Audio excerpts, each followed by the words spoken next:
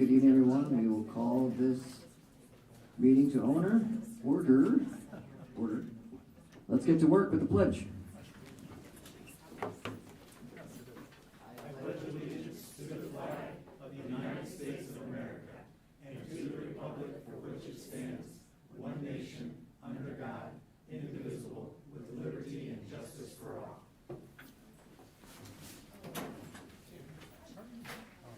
All right, today is Wednesday, December 11th. We have a motion to approve the agenda. So moved. Second. Roll call, please. Director Castro? Yes. Director Champion? Yes. Director Wilson? Yes. Director Larkin? Yes. Director Lynch? Yes. Director McGivern? Yes. Director Smithson? Yes. Motion carried 7-0. All right, 3.01. Superintendent, would you like to take this one? Of course I would. There's a special place in my heart for our swimmers. Could I invite our swimmers who are here tonight to come up? We'll eventually ask you to introduce yourselves. And Coach Ahrens, would you please come up and please celebrate and praise the incredible accomplishments that your team had at our recent girls swimming high school state competition. So congratulations, ladies, and thank you all for being here. These are 4 out of the 5. We're missing one of our titleists, but she's Canadian, so that's a good thing. Ladies, would you like to introduce yourselves? Talk about what teams you were, which races you were on, and where your team placed, please. My name's Ella, and I was on the 400 free relay that won. And I was also on the 200 medley relay, and we got 6th. My name's Jenna. I was on the 2 free relay that one, and I was also on the 200 medley relay that placed 6th. My name's Lillian. I was on the 400 free relay that won and the 200 free relay that also won.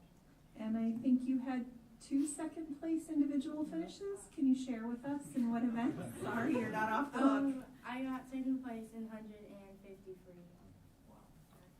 And she was swimming injured. Yes, she was swimming injured. My name's Brielle, and I was in the 400 free relay and 200 free relay that won. Both. And I do believe, I can't remember which one. One's an automatic All-American finish, and the other is a consideration. Is it the 400 that was consideration? Yes. And the 200 free relay was the All-American? That is not an easy feat, ladies. Congratulations. That takes a lot of time, dedication, and hard work. And Ella, you're also show choir, and you just performed at Rotary today in your concert choir. So you're a little busy. What's going on? Yep. Well, congratulations. Yeah. Thanks for the recognition. Coach, you don't get to leave that easily. Nice try. Get to the podium again, please. I believe not only your girls received some awards, but also you received an award recently. What was that, Coach Ahrens? I saw a picture of you holding a plaque for something. You were the district swimming coach of the year or something like that. Was that correct or no? I think so. I saw a recent picture. It might have been an old picture. Okay, it could have been an old picture. Okay, forget that I said that. Okay. Thanks. Well, congratulations. Congratulations, Coach.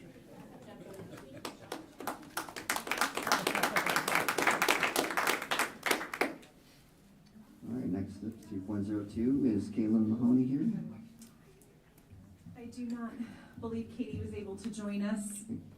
Sorry. Sure. No, I'll take this one if she's not here, but congratulations to our high school math teacher, Katie Mahoney, for being honored as the inaugural Iowa Regional Teachers of the Year. Fantastic. This recognition celebrates her outstanding achievements in K-12 instruction within our Iowa education region. Her dedication and excellence in teaching are truly commendable. All right. Let's go to 3.03, Director McGivern. Yeah, sure. Congratulations to the Bettendorf Board of Wrestlers. They were competing in the Dan Gable Donnybrook tournament. Any tournament with the name Dan Gable in it, you can expect it to be extremely tough and competitive. There was teams not just from Iowa, but Illinois, Minnesota, and I believe Wisconsin, I think I saw on there. And we had 6 different, there's even more states, yeah, but we had place winners, and we had 4 finalists who all won their finals match, so congratulations to all the wrestlers. And then also special congratulations to the girls wrestling who competed at the Donnybrook as well. Again, extremely tough tournament. The girls placed 13th. And then we had Nessa Salmani made it to the finals, got second place. So big congratulations to both wrestling teams. All right, let's go counterclockwise. You're making my brain work there. Yes, all right. Boys, Bettendorf High School boys swim team. The swim team won. Boys swim team won first place of the Davenport West Relay Meet over the weekend. Way to go. All right. Director Smithson. Bowling. And then we have 3.05, BHS bowling team, the boys bowling team. Congratulations to them, both varsity and GAV, for their win over Davenport Central last Monday. Speech and debate brought home more hardware this weekend, taking 7 out of 11 trophies, including first place trophies. The speech and debate team returned from this weekend's HCK Invitational Tournament in Davenport West with the following trophy winning students. Just did one there. Nice. All right. And we had 8 of our athletes sign letters of intent this past week, going to Des Moines Area Community College, St. Ambrose College, Eastern Michigan Truman State, Iowa State, and Missouri State University. Good luck to all of you as you continue your academic and athletic careers. All right, I'll take the next two.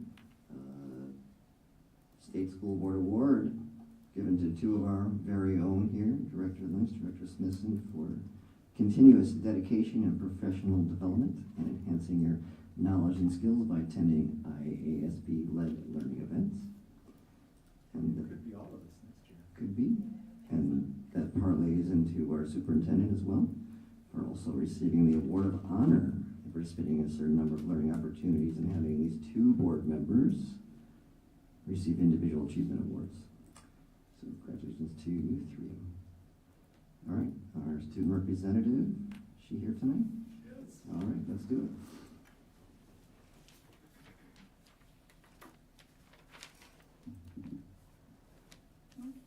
Good evening. As you all know, we are in full swing of the holiday season and the joyful spirit that comes with it.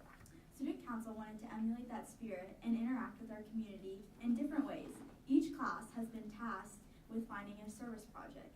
The freshmen this year are hosting a book drive, which you can drop off books students in the high school can to their first block. They can drop off slightly used or brand new books, and they'll all be donated to United Way. The sophomores this past weekend, we volunteered for a couple of hours at Davenport Lutheran Home, helping in the memory care unit, and we decorated cookies, played games, and just socialized with these people and these people of older age and need. And the juniors and seniors are currently working to collaborate and create an idea.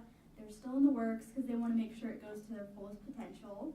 And looking ahead with some of our Stuco events, we're hosting the Spring Fling Dance, which I believe we're moving to February this year instead of March, and Spread the Love Week, so we'll have it in the same week. We'll have the Spirit Week, and then at that Friday we'll have a pep assembly, and then we'll have the dance. And these events give students another fun activity to look forward to, like homecoming. And we're also fundraising for the University via their dance marathon. We're gonna be fundraising for that. We're gonna have something in school, and then like a district-wide fundraiser thing.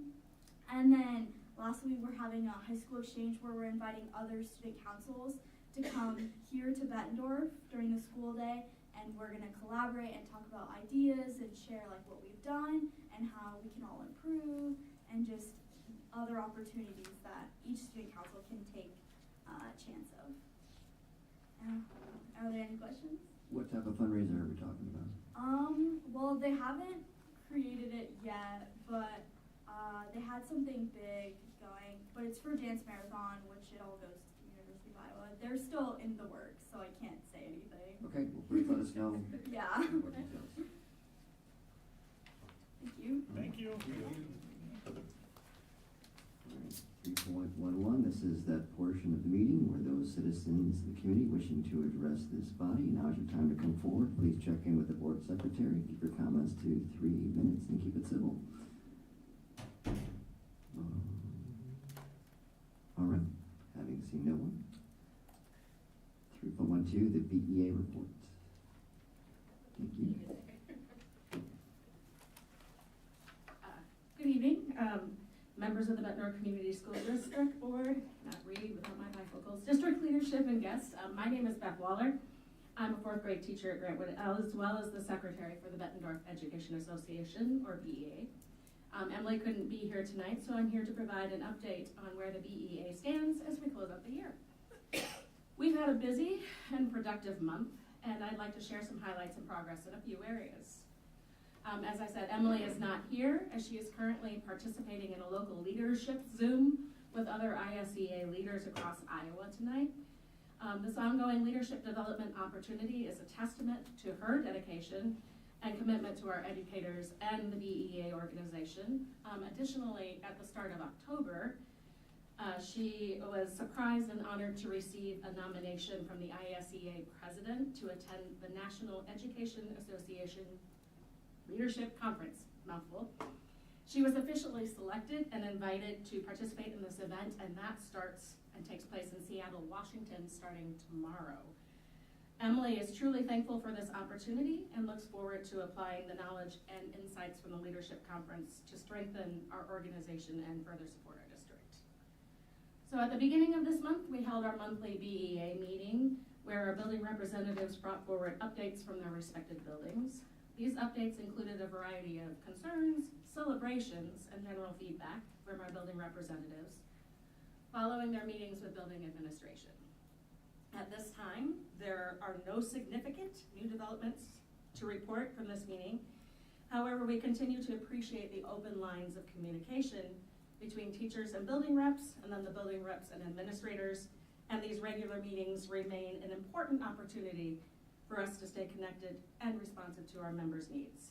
On Monday, we held our monthly IBPS, or interest-based problem-solving meeting, which is a platform for collaborative discussions between BEA, BESA, and BSSA representatives, as well as district leadership.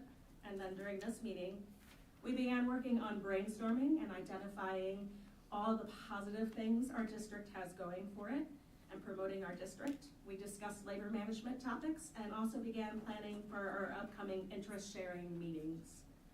This ongoing collaboration ensures that we are addressing any emerging concerns while also preparing for future discussions in a proactive and strategic manner. We're looking forward to continuing this collaborative approach as we move into the new year. In between these meetings, Emily's been staying in close contact with Jamie and Miley on various issues and updates that have come up, and these check-ins have also been incredibly productive, with outcomes that are both successful and collaborative. We value these ongoing discussions and the partnership between BEA, leadership, and the district. They ensure that the issues are addressed in a timely manner and help maintain positive momentum. Looking ahead, we're confident that when we return in the new year, everyone will be ready to hit the ground running. We're committed to continuing our work together, strengthening our partnership, and tackling the challenges and opportunities that lie ahead in 2025. We're excited for the opportunities the new year holds, and we're looking forward to the continued success of our association and district. As we approach the holiday season, I know that everyone is looking forward to a well-deserved break to spend time with family and loved ones. It's been a busy year so far, and the time to recharge is crucial for all of us. Thank you for your time, and happy holidays to everybody. Just you. Quick comment question. Yeah. You said you appreciated the open lines of communication. Would you say that has improved over previous cycles as you've been a teacher here? I cannot speak to some of those discussions that happened in previous years just because I wasn't involved in some of those. Just in general terms. In the general terms of what I'm hearing from people who have had the opportunity to participate in those, and just from my experiences so far this year, I would say yes, it has improved. All right. Thank you. Thanks for being here. All right, the BESA report.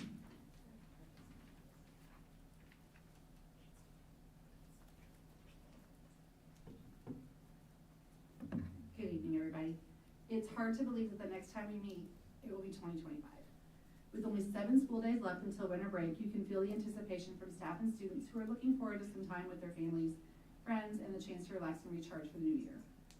BESA will hold our December meeting on the 17th at 4:15 p.m. in the BHS team room. We're providing cookies and hot chocolate and are looking forward to a great meeting with shared ideas around interest statements and brainstorming things we can work on to improve during second semester.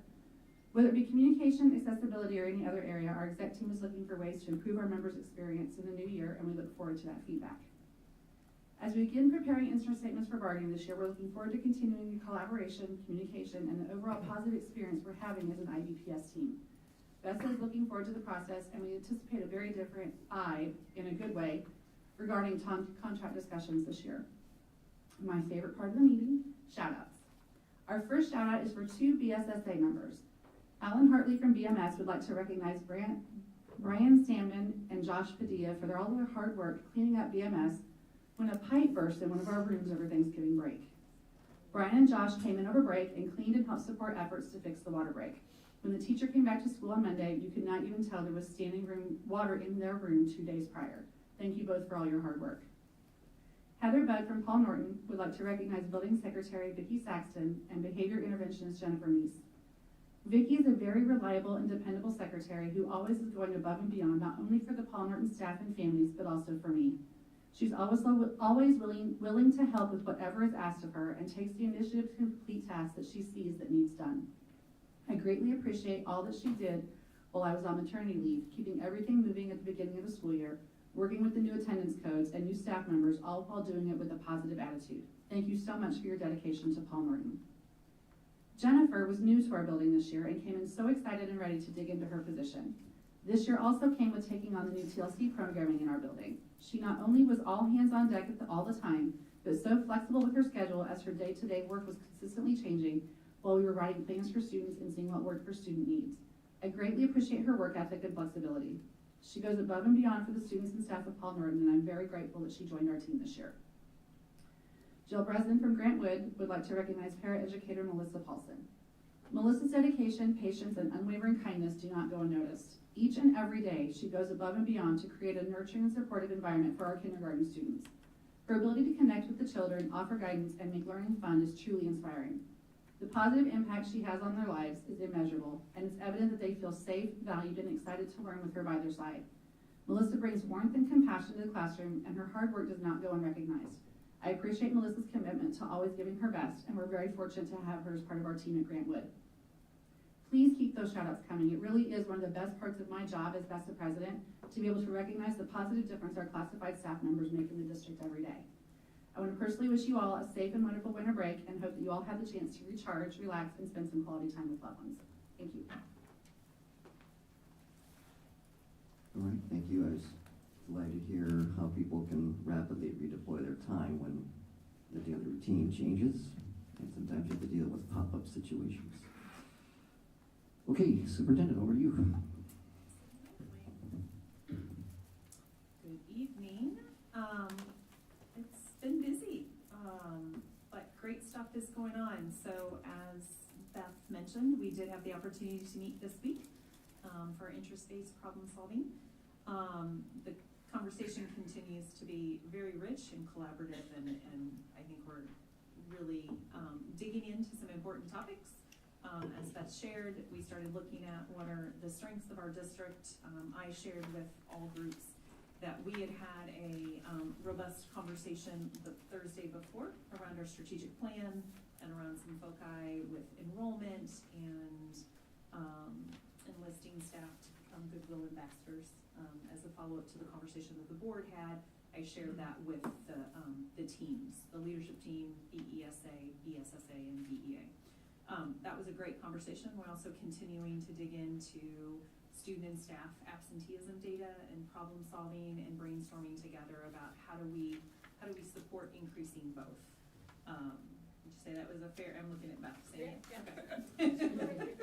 Okay. So it was a really good meeting, and I will tell you, I know it's late in the evening when we get started, and we wrap up between 6:15 and 6:30, and those 2 hours go quickly with all of the conversations that we have. So thank you to their leadership that takes time away from families and their evenings at night to be a part of that process. Today at Rotary, our Bettendorf High School concert choir performed. You could hit in between their selection of music pieces, you could hear a pin drop. It was, they had the audience so engaged and so captivated.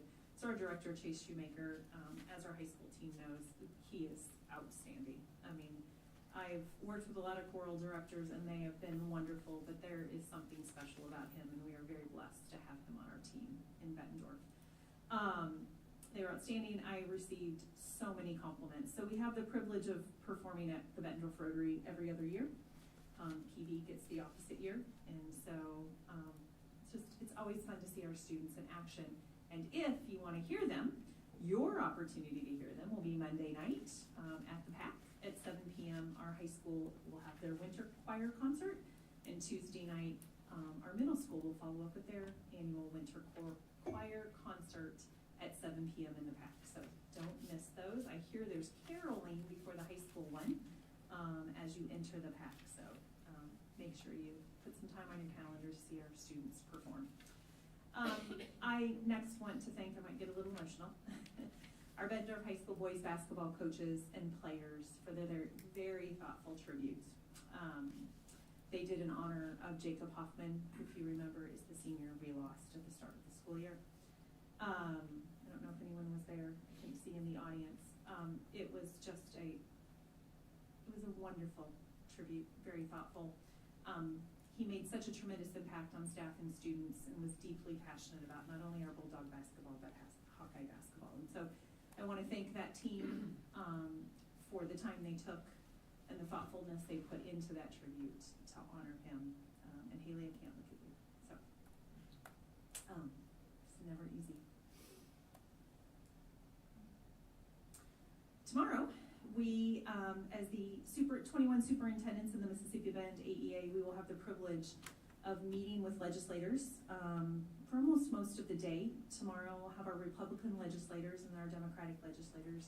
Republicans in for breakfast, Democratic ones over lunch, to just engage in conversation around priorities and how we're going to work collaboratively together as we prepare for the next legislative session. It's a wonderful event. We've been doing this for several years now. And so many of our legislators within the boundaries of the Mississippi Bend AEA, so up and down the whole AEA, make time out of their schedules to come and engage in a collaborative conversation. And I will be facilitating part of that tomorrow. So I look forward to that honor and being in that space with them. Our elementary winter sing events begin this week. I think they kick off on Friday the 13th. How appropriate for a winter concert. I don't know, kind of strange. But I do want to say a huge thank you to our elementary music teachers and team, as well as our students, for their hard work and persistence in preparing for this special event. We already mentioned Kate Mahoney. And winter break, most importantly, as we get ready to enter the last week of school before all of our staff, students, and families will be going off for their break. I want to wish all of them a wonderful and relaxing break, and I hope, my wish is that they take time to slow down and enjoy making memories with family and friends. And that should wrap up my report tonight. All right, very good. A motion to approve the consent agenda. So moved. I will second that. Roll call, please. Could I just say one quick thing about the consent agenda? Just under 4.03, the approval of administrative recommendations, there's 8 retirees leaving. I just averaged out about each one about 30 years of service, some more, some a little less. That's 240 years of Bettendorf experience going out the door. And some have been here since the 90s, and that's just a tremendous tribute to those teachers that are retiring. You can't just say enough about the quality of teaching and how they affected so many kids over their span of years. So 240 years going out the door is deeply appreciated, personally by me, and I'm sure by all the rest of the members of the board. It's big, yeah, well-earned retirement to them. Okay, roll call, please. Director Champion? Yes. Director Fricking? Yes. Director Larkin? Yes. Director Lynch? Yes. Director McGivern? Yes. Director Smithson? Yes. Director Castro? Yes. Motion carried 7-0. Okay. Information action section. I believe, Karen, are you up? Very good. So we'll kick off tonight's presentations with our annual at-risk program update. This is an annual presentation to give you background and context, because on the same agenda item, you'll be approving our maximum spending authority amount that the state has determined, that will be funded for our at-risk program. And then Karen has beautifully worked in, our outreach team is here tonight to provide an update on the work that they do with their small but mighty team. And so you'll get to hear an overview of our at-risk programming as well as our outreach programming before we ask you to approve the budget piece for the 25-26 school year. It is hard to believe that in December we're already. So I should go ahead and make the motion now. Would you please? Thank you. I move we approve the request for the maximum MSA of $1,183,332 to support the 2025-2026 board-approved at-risk program. And so, thank you, Mrs. Allison, for being here to present tonight. Do we need a second? Oh, you do, sorry. I'll second that. Okay, very good. Thank you for having me here tonight. I have the privilege of just updating you on all the ways we support families and students across our district, not only this year, but for the upcoming 25-26 school year. I'll start off with sharing some district demographics, some definitions from the state, at-risk factors, how we support through intervention those students and families that have some challenges, and we want them all connected in the education of their children. Our outreach department is here to share some highlights from their department. And then since we've already had the modified supplemental amount requested and approved, we're going to skip that bullet point at the bottom. So let's get started. Just overall district demographics, as you can see on the first column is the enrollment, and it starts with the district at the very top, and then it goes down through our elementary schools, our free and reduced percentage, and the percentage of minority students, and then all the way over to my right-hand side is the number of homeless students we're currently serving. When I looked at last year's demographic data, the free and reduced lunch is up just over 3% from last year, and our minority population is just up over 1 to 2% from last year.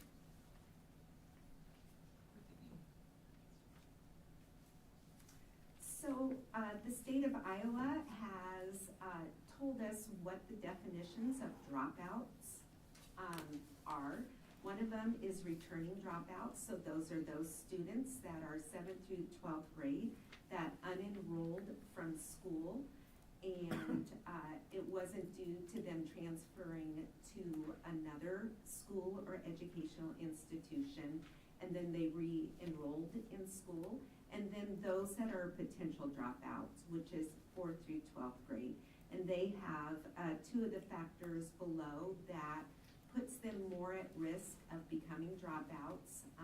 And in those bullet points, you can see that high rate of absenteeism, truancy, not connected to the school through extracurricular activities, poor grades, and that's not limited to students that are failing one or more classes, and low achievement scores in reading and math are among the top ones that we look at. And then we have students that are at risk, and these are those students that are students that need additional support because they are showing that they are not meeting expected academic or behavioral guidelines within the district, and it puts them at risk for not being connected or potentially becoming dropouts as they get older. Thank you, Celeste. So our potential dropout at-risk identification, we have data rules that we look at, and those data rules include looking at students that are chronically absent, those students that that's grades at the secondary, maybe they're credit deficient, or they are failing 2 or more classes, or they are persistently at risk in the elementary and middle school FAST assessments, which include reading and math. And the FAST assessment is given 3 times a year to those students, so we're always working at moving their proficiency rate up on that assessment. Other factors that identify students that are at risk are behavior, if they have 3 or more suspensions, or they have office referrals. And there's bullying and harassment that's going on. And then there are life factors, which cannot really be quantified through a data pool. And on the next slide, it shows the different life factors that really can impact a student's ability to focus and be engaged in school and can put them at risk, which includes maybe there was a recent crisis in the family, whether it was a death or a divorce. Maybe they've been a part of physical or psychological abuse. Maybe they don't have access to appropriate health care, so they're sick a lot. Or they lack the motivation or the ability to have goals that help drive their educational livelihood at school. Before Mrs. Allison moves on, I want to interject. I want to commend her leadership as well as our counselors, our former director of technology last year, Erin Pesca, and others who worked together, Sarah Harris and others who worked together to create a system that is truly exemplifies database decision making. When I arrived in the district, really identifying how we identified at-risk students maybe didn't have the consistency that we should have, maybe didn't have the consistent data rules that we needed. Since Karen's been in her position, she has been pushing, persistent and patiently, and working with the stakeholders to create a much more objective way to truly identify students who are at risk. That work has taken some time. It did not come easily. Stakeholders, there was lots of input, great rich discussions, and I want to commend her leadership and the team's leadership on really staying focused on that, so that from year to year we have consistency in how we make those decisions to ensure that the students who need that support are being identified in the most effective manner. So thank you, Mrs. Allison. Thank you, Dr. Morse. So the next several slides are just, as Dr. Morse was sharing, some of those data rules that we use. This is more of a high-level view of some of the data, and I can share some of the ways our actual school teams use data to identify students that need additional support and intervention, whether it's academically, behaviorally, socially, emotionally. So this is attendance data. As you can see, we have, you have the site that's on your far left, and then you have the full academic year, 2022-2023, and the 2023-2024. That data is from the full year's data, and you can see that our attendance rate has gone down from the 22-23 to the 23-24 school year. And then the last column over to the right is our absenteeism, or our chronic absenteeism, as of December 1st of this month. Now, data rules have changed with the state and their new guidelines. This is our current chronic absenteeism rate, not only for the district, but for the schools underneath the district there. And as we look at this presentation next year, I will be anxious to see what that will look like compared to the last 2 years. But Overall, the 2 full years that we have up there, our absenteeism or chronic absenteeism has gone down, and we look forward to that continuing as we move forward. I'll just add one more piece, because what I don't want either the board or public that's listening online to understand, it looks like great data, right? And even if you doubled it, you probably won't get close to where we were, but what we want to caution is the state did a tremendous overhaul. We learned in the last legislative session, late in the session, that attendance will now be one of our indicators on our Iowa School Performance Profile. When they released how we track attendance at the beginning of the year, there were some significant changes in how we code attendance. And then about 5 weeks into the school year, they released another document that flipped it back on its head again, and we had to make quick adjustments. One of the big differences, and I'm going to look at Ms. Allison and Ms. Olson, is up until this year, an absence was an absence, whether it was excused or not, whether you had a doctor's note or a parent called you out because you had strep throat, an absence was an absence. So it counted to your chronic absenteeism rate. The state has the positive outcome of this is across the state, we have a consistent way for measuring attendance, right? There are codes we're following. It's going to be as consistent and objective as you can get when you're working with a large systems.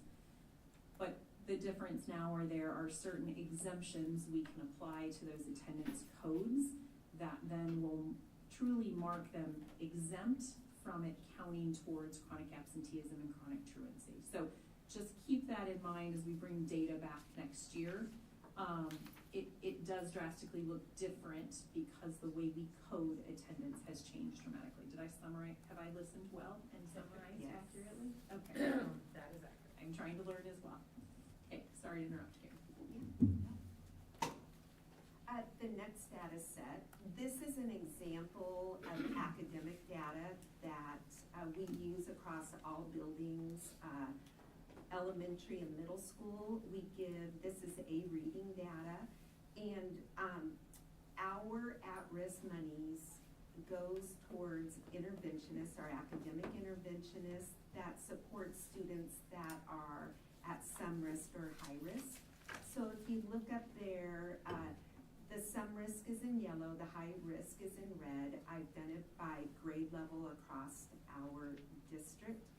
And those interventions are meant to have those students continue to access core instruction and intervention to get them to the low risk or the some risk. So we want to see that data moving in a way that students are proficient in the area of reading across all grade levels.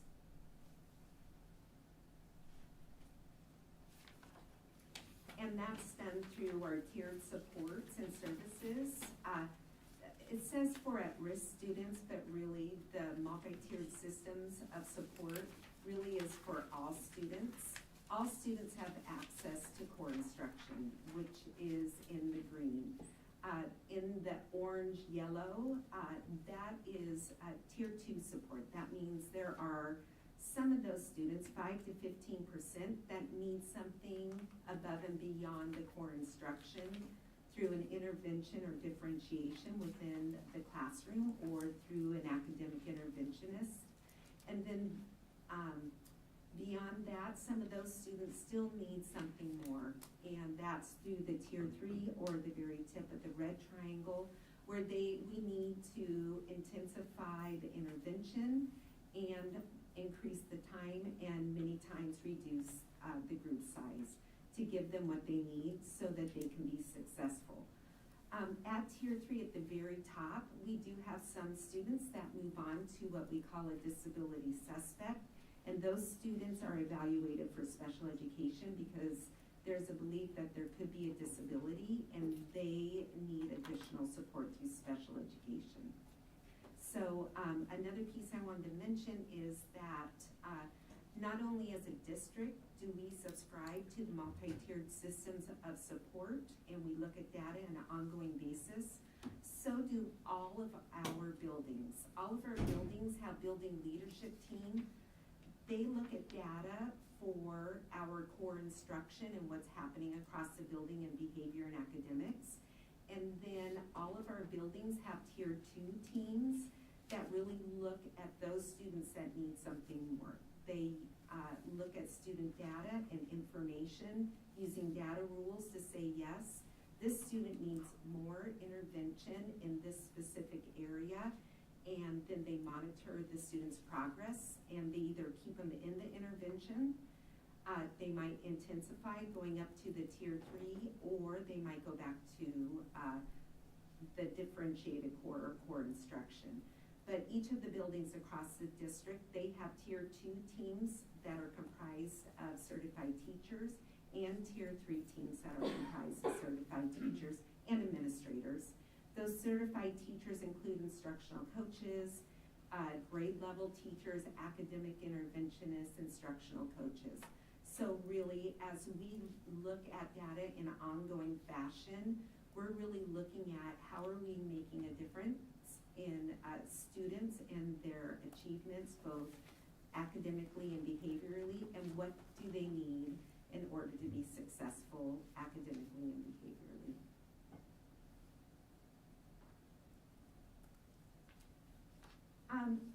So it was something that we developed last year, and as you can tell, the different colors really indicate what all students in the green level, all families get across the district. And then if families or students need something more, you can see it goes across that yellow band, and then we can intensify what those needs are across the red band at the very top.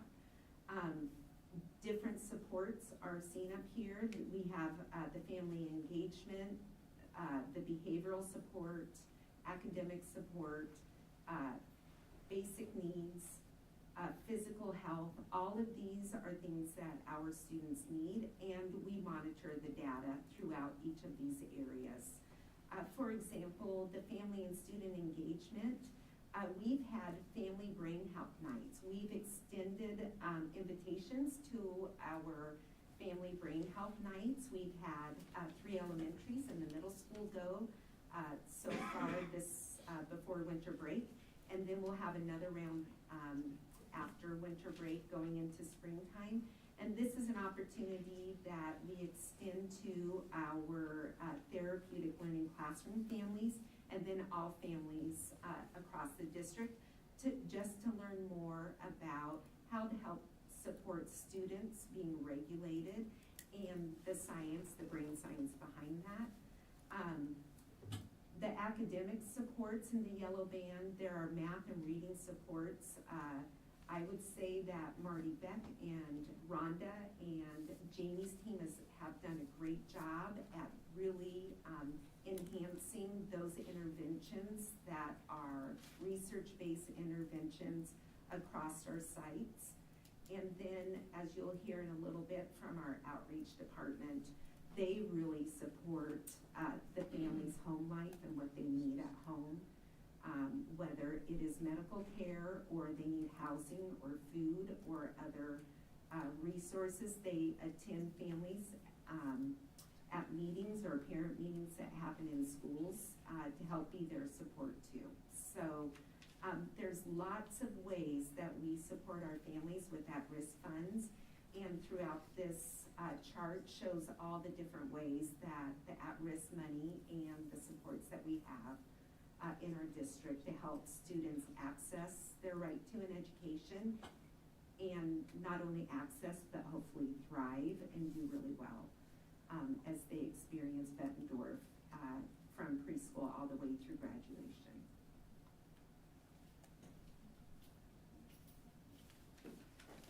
So I'm going to call Micah up here and one of her teammates up here. Micah is from our outreach department. She is our coordinator, and she's just going to share with you how she supports families in our community in a variety of ways. And part of our at-risk monies goes towards our outreach department and supporting the families that we have across all of our buildings. Are you ready? Take it away. Hello. My name is Micah Franzen. I'm the outreach coordinator for the Bettendorf district. Our mission is to inspire, empower, and unite our students as a community of learners in their pursuit of excellence. Our vision is educating and empowering every student every day in pursuit of educational excellence. This is our outreach team. My main schools are Paul Norton, Mark Twain in Hoover. Kelly Smith works with Neil Armstrong in Grantwood. Holly Shaw works with Bettendorf Middle School, and then we have our social workers, Ashley and Shelley, for the middle school and the high school, and for Edison Academy, Marcy. The outreach program works alongside families and school staff to ensure students have the social, emotional, and behavioral supports to be able to do their best. This is achieved by building partnerships among home, school, and community.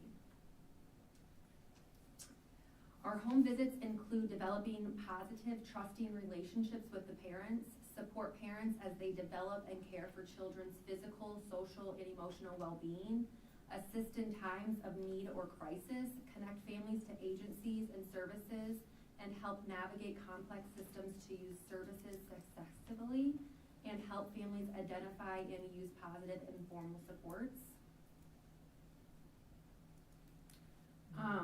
Outreach involvement with schools is to, Just on that last slide, could you give us an example of some of the ways that you're helping them navigate complex systems?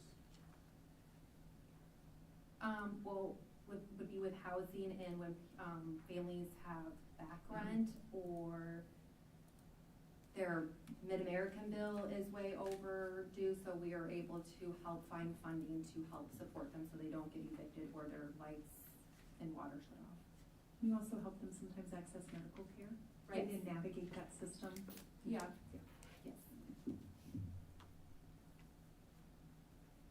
Outreach involvement with schools empower parents to communicate needs and questions to staff, assist with attendance barriers, help understand and support children's educational goals, and advocate for children's needs.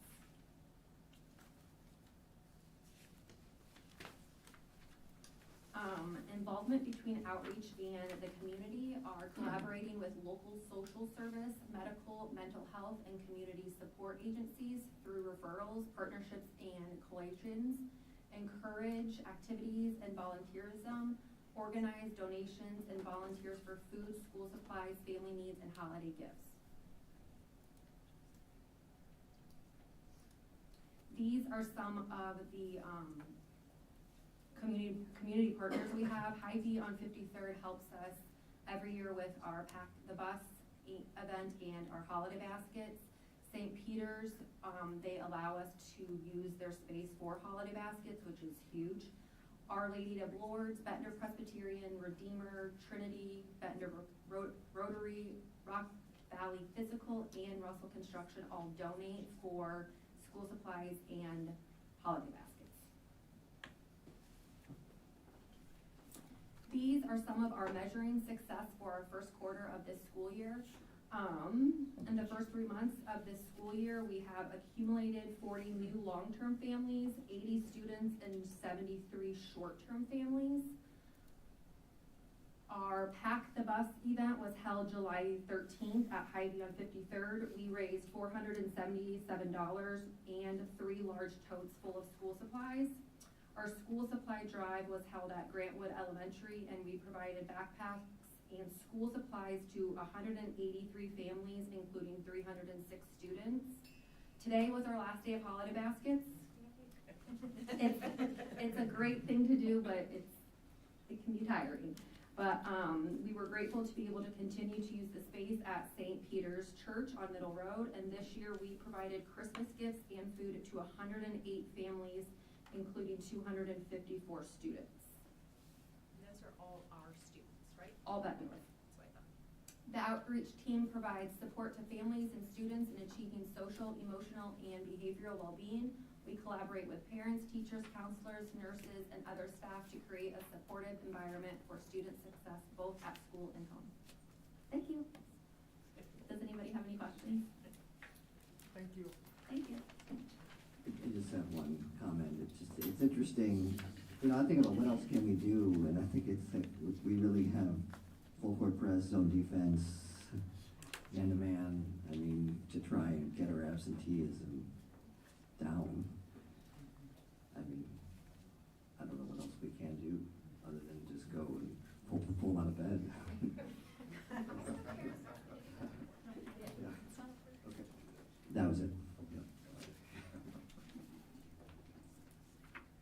Okay. So there are two last slides here. One is our total program budget. This is for the next academic year for 2025-2026. With our MSA request, we have a district match of 25%. And the budget that we currently have created and worked towards shows that we will have just over $1.7 million with being under budget by $37. So we'll see how as we work on that budget and those numbers to support all of the programming and supports for our students and families. The next slide will show you where that's allocated towards. Quick question, has the new legislation impacted, because I'm following the formula here, and I don't see if the new legislation impacted the total dollars available. Meaning, go ahead. No, go ahead. I wanted to clarify, in terms of, for some of the students that have chosen ESA programs and getting some of those dollars in, More or less of how students are counted being in attendance or not in attendance, and did that change the formula to any degree of, like, if we have more absenteeism or not absenteeism, then did that create or take away dollars? I will answer that with, I don't believe so, but I would need to dig into it. As you know, at-risk is not fully funded equitably across all districts, and we're not at a fully funded place, but my understanding of how our at-risk dollars are totaled is based on that number of students that we indicate are at potential dropout or at risk.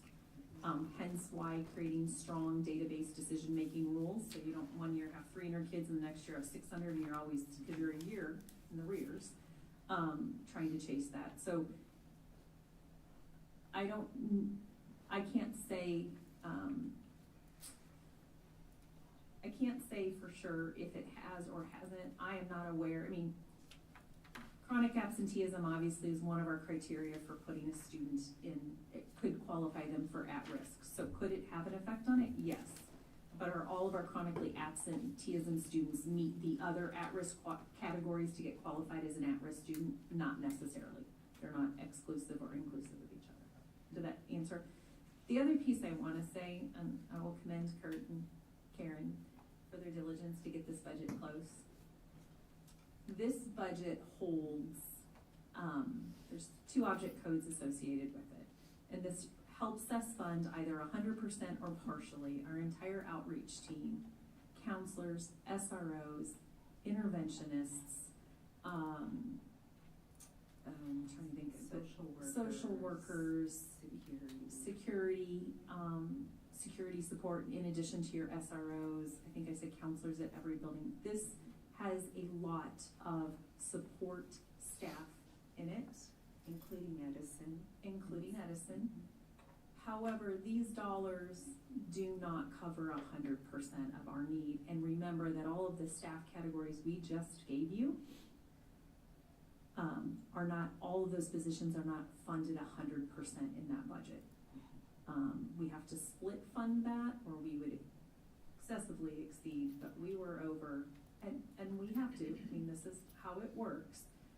But just know, this is a generous amount of money, right? But it still does not cover the need for our district.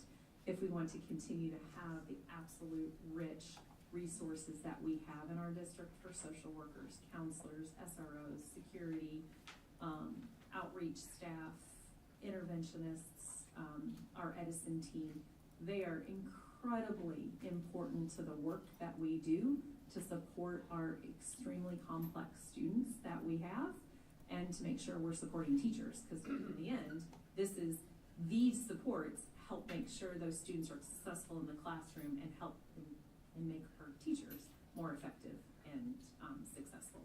And so there's a lot of continued advocacy that we need to continue to do around these state categorical dollars, so that we can continue to make sure that students in Iowa have those additional supports and resources absolutely critical and necessary for their academic, personal, and social emotional success. So it's my little advocacy soapbox.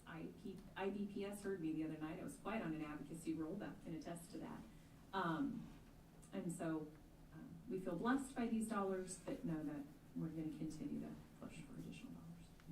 I just have one quick question. Do we anticipate, with the new way that absenteeism is being counted, that we will have more families at the end of the year, by the end of the year, qualify for our at-risk programs?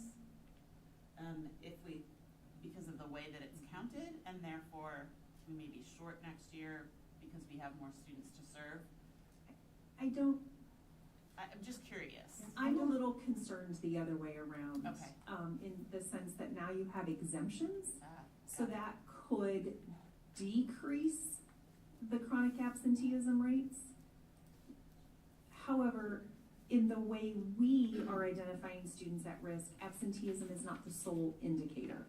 And so I think that's critical, and why I took a moment to praise that team for really coming up with the most objective way you can, right? I mean, we're talking about people, and people don't fit neatly into like black and white boxes, but really coming up with a consistent way. But in some of my reflection with the absenteeism piece, because they've given us exemptions,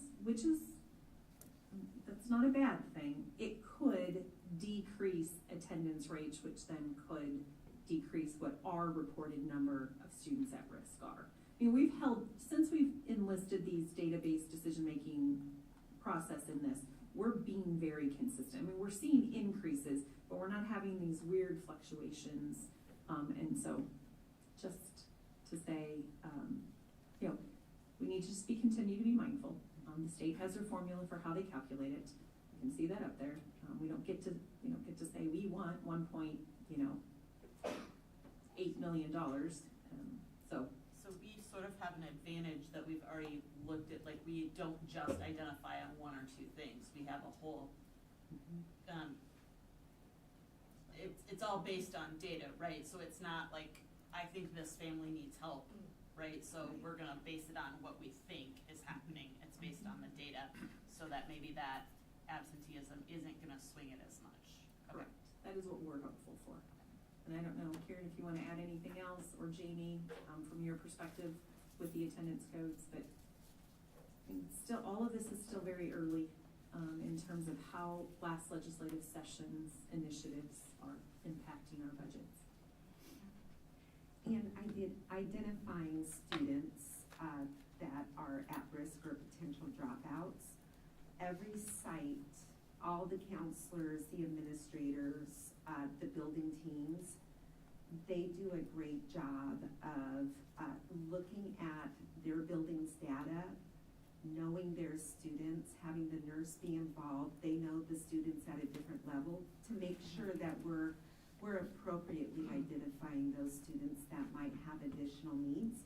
And then where do we provide those needs? Is it through an academic interventionist, or is it with our outreach team? Because the parents are having a hard time getting their students to school, and we need to find solutions. So it's very broad in the supports and services that we're able to provide, that it's essential because it really helps students access school and their right to excel at school.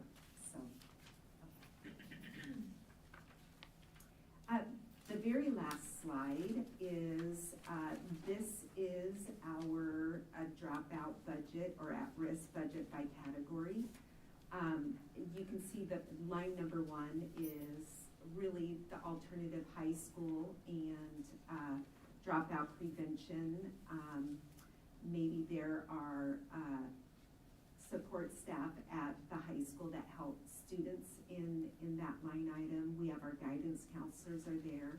School-based mental health services, our outreach department, our social workers are a part of the middle school, high school mental health supports that we have there. Academic interventionists, a really big part of this. They provide academic interventions in the area of reading and math specifically. And then that intense attendance and behavior, those go towards supporting our behavior interventionists in our different buildings, and whether it is a crisis interventionist, a behavior interventionist, if security are helping, they come out of that budget area too. And then the academic recovery is if they need to go to online coursework to complete APEX courses in order for them to graduate, that's what that comes from also. So, no questions tonight, but thank Just you. Just two. Karen, on the K-12 grade students with higher than 10% absences are considered chronically absent, is there just a certain cohort of, let's say, for example, 30 students that are responsible for like 154 absences, and that kind of drives up percentage in that building? Because maybe like say 93% of the kids are just super good, 4 absences or 5 absences, but if there's a certain cohort that has, I'm just throwing out a number, 30 and 152 absences, and then if there is there a much more intense effort on those kids, for those kids to try to get them to school more regularly? Absolutely. So that would be the SST, the student success team at every building, tier 2 or tier 3, depending where they fall out with chronic absenteeism, and interventions that counselors are providing those groups of students to get them to come to school more regularly, including our building administrators calling home, sending letters home, expressing to the parents the importance of those children being at school. If they're not at school, they can't access instruction, and we're really having a roadmap to them being at risk of not doing well academically. So there are interventions in place. There are check-ins and check-outs with counselors or behavior interventionists. We want to build those really strong connections with those students and the families so that we can get them back to school and in school. And when we looked at one of the previous slides, it shows that our chronic absenteeism from the 22-23 to the 23-24, we are getting our kids back to school. We're not there yet. We need to continue to work on that. So and be advocates. Because there's some good success stories mixed in there someplace about kids that turned around and good. That's good. That's very yes, good. And then there are some that we continue to work with because we won't give up. Correct. So. One more question on when the family and student engagement. You talked about the different things that the school does. Mm-hmm. How does that turn out for those things that you have? Do you get a lot of parent turnout, or can we do more to get those parents to come to school and listen to what you folks have to say? Do you know, I was at the Paul Norton and the Grant Wood Family Health Brain Night, Health Nights, and great turnout, and I was at Neil Armstrong too, actually. All 3 of those elementary schools had great turnouts of families, and when I say great, we had up to 20 adults, and then that many students that were engaged in activities. Do we want more? Of course, we want more family engagement. But having those nights, providing parents opportunities to learn parenting skills and understanding brain health and what happens with their children when they're dysregulated, and how to support them at home and how we support them at school through our partnership with Iowa State University extensions and outreach. We won't stop providing those access points for those parents. did we have, like that brain health in all our buildings? Because I think you named 3, or so it was only 3 buildings that we had them in. BMS had one also. I was not at the BMS night, and then we will have 3 or 4 more again this spring. Still this spring. And all families across the district are invited to every single one of those nights, and we have had families go to all of them, and they love the engagement of the students in the activities and the learning that goes alongside that. All right, thank you. You're welcome. Hey Karen, sorry. Yes, And I apologize, you probably, but he took your question.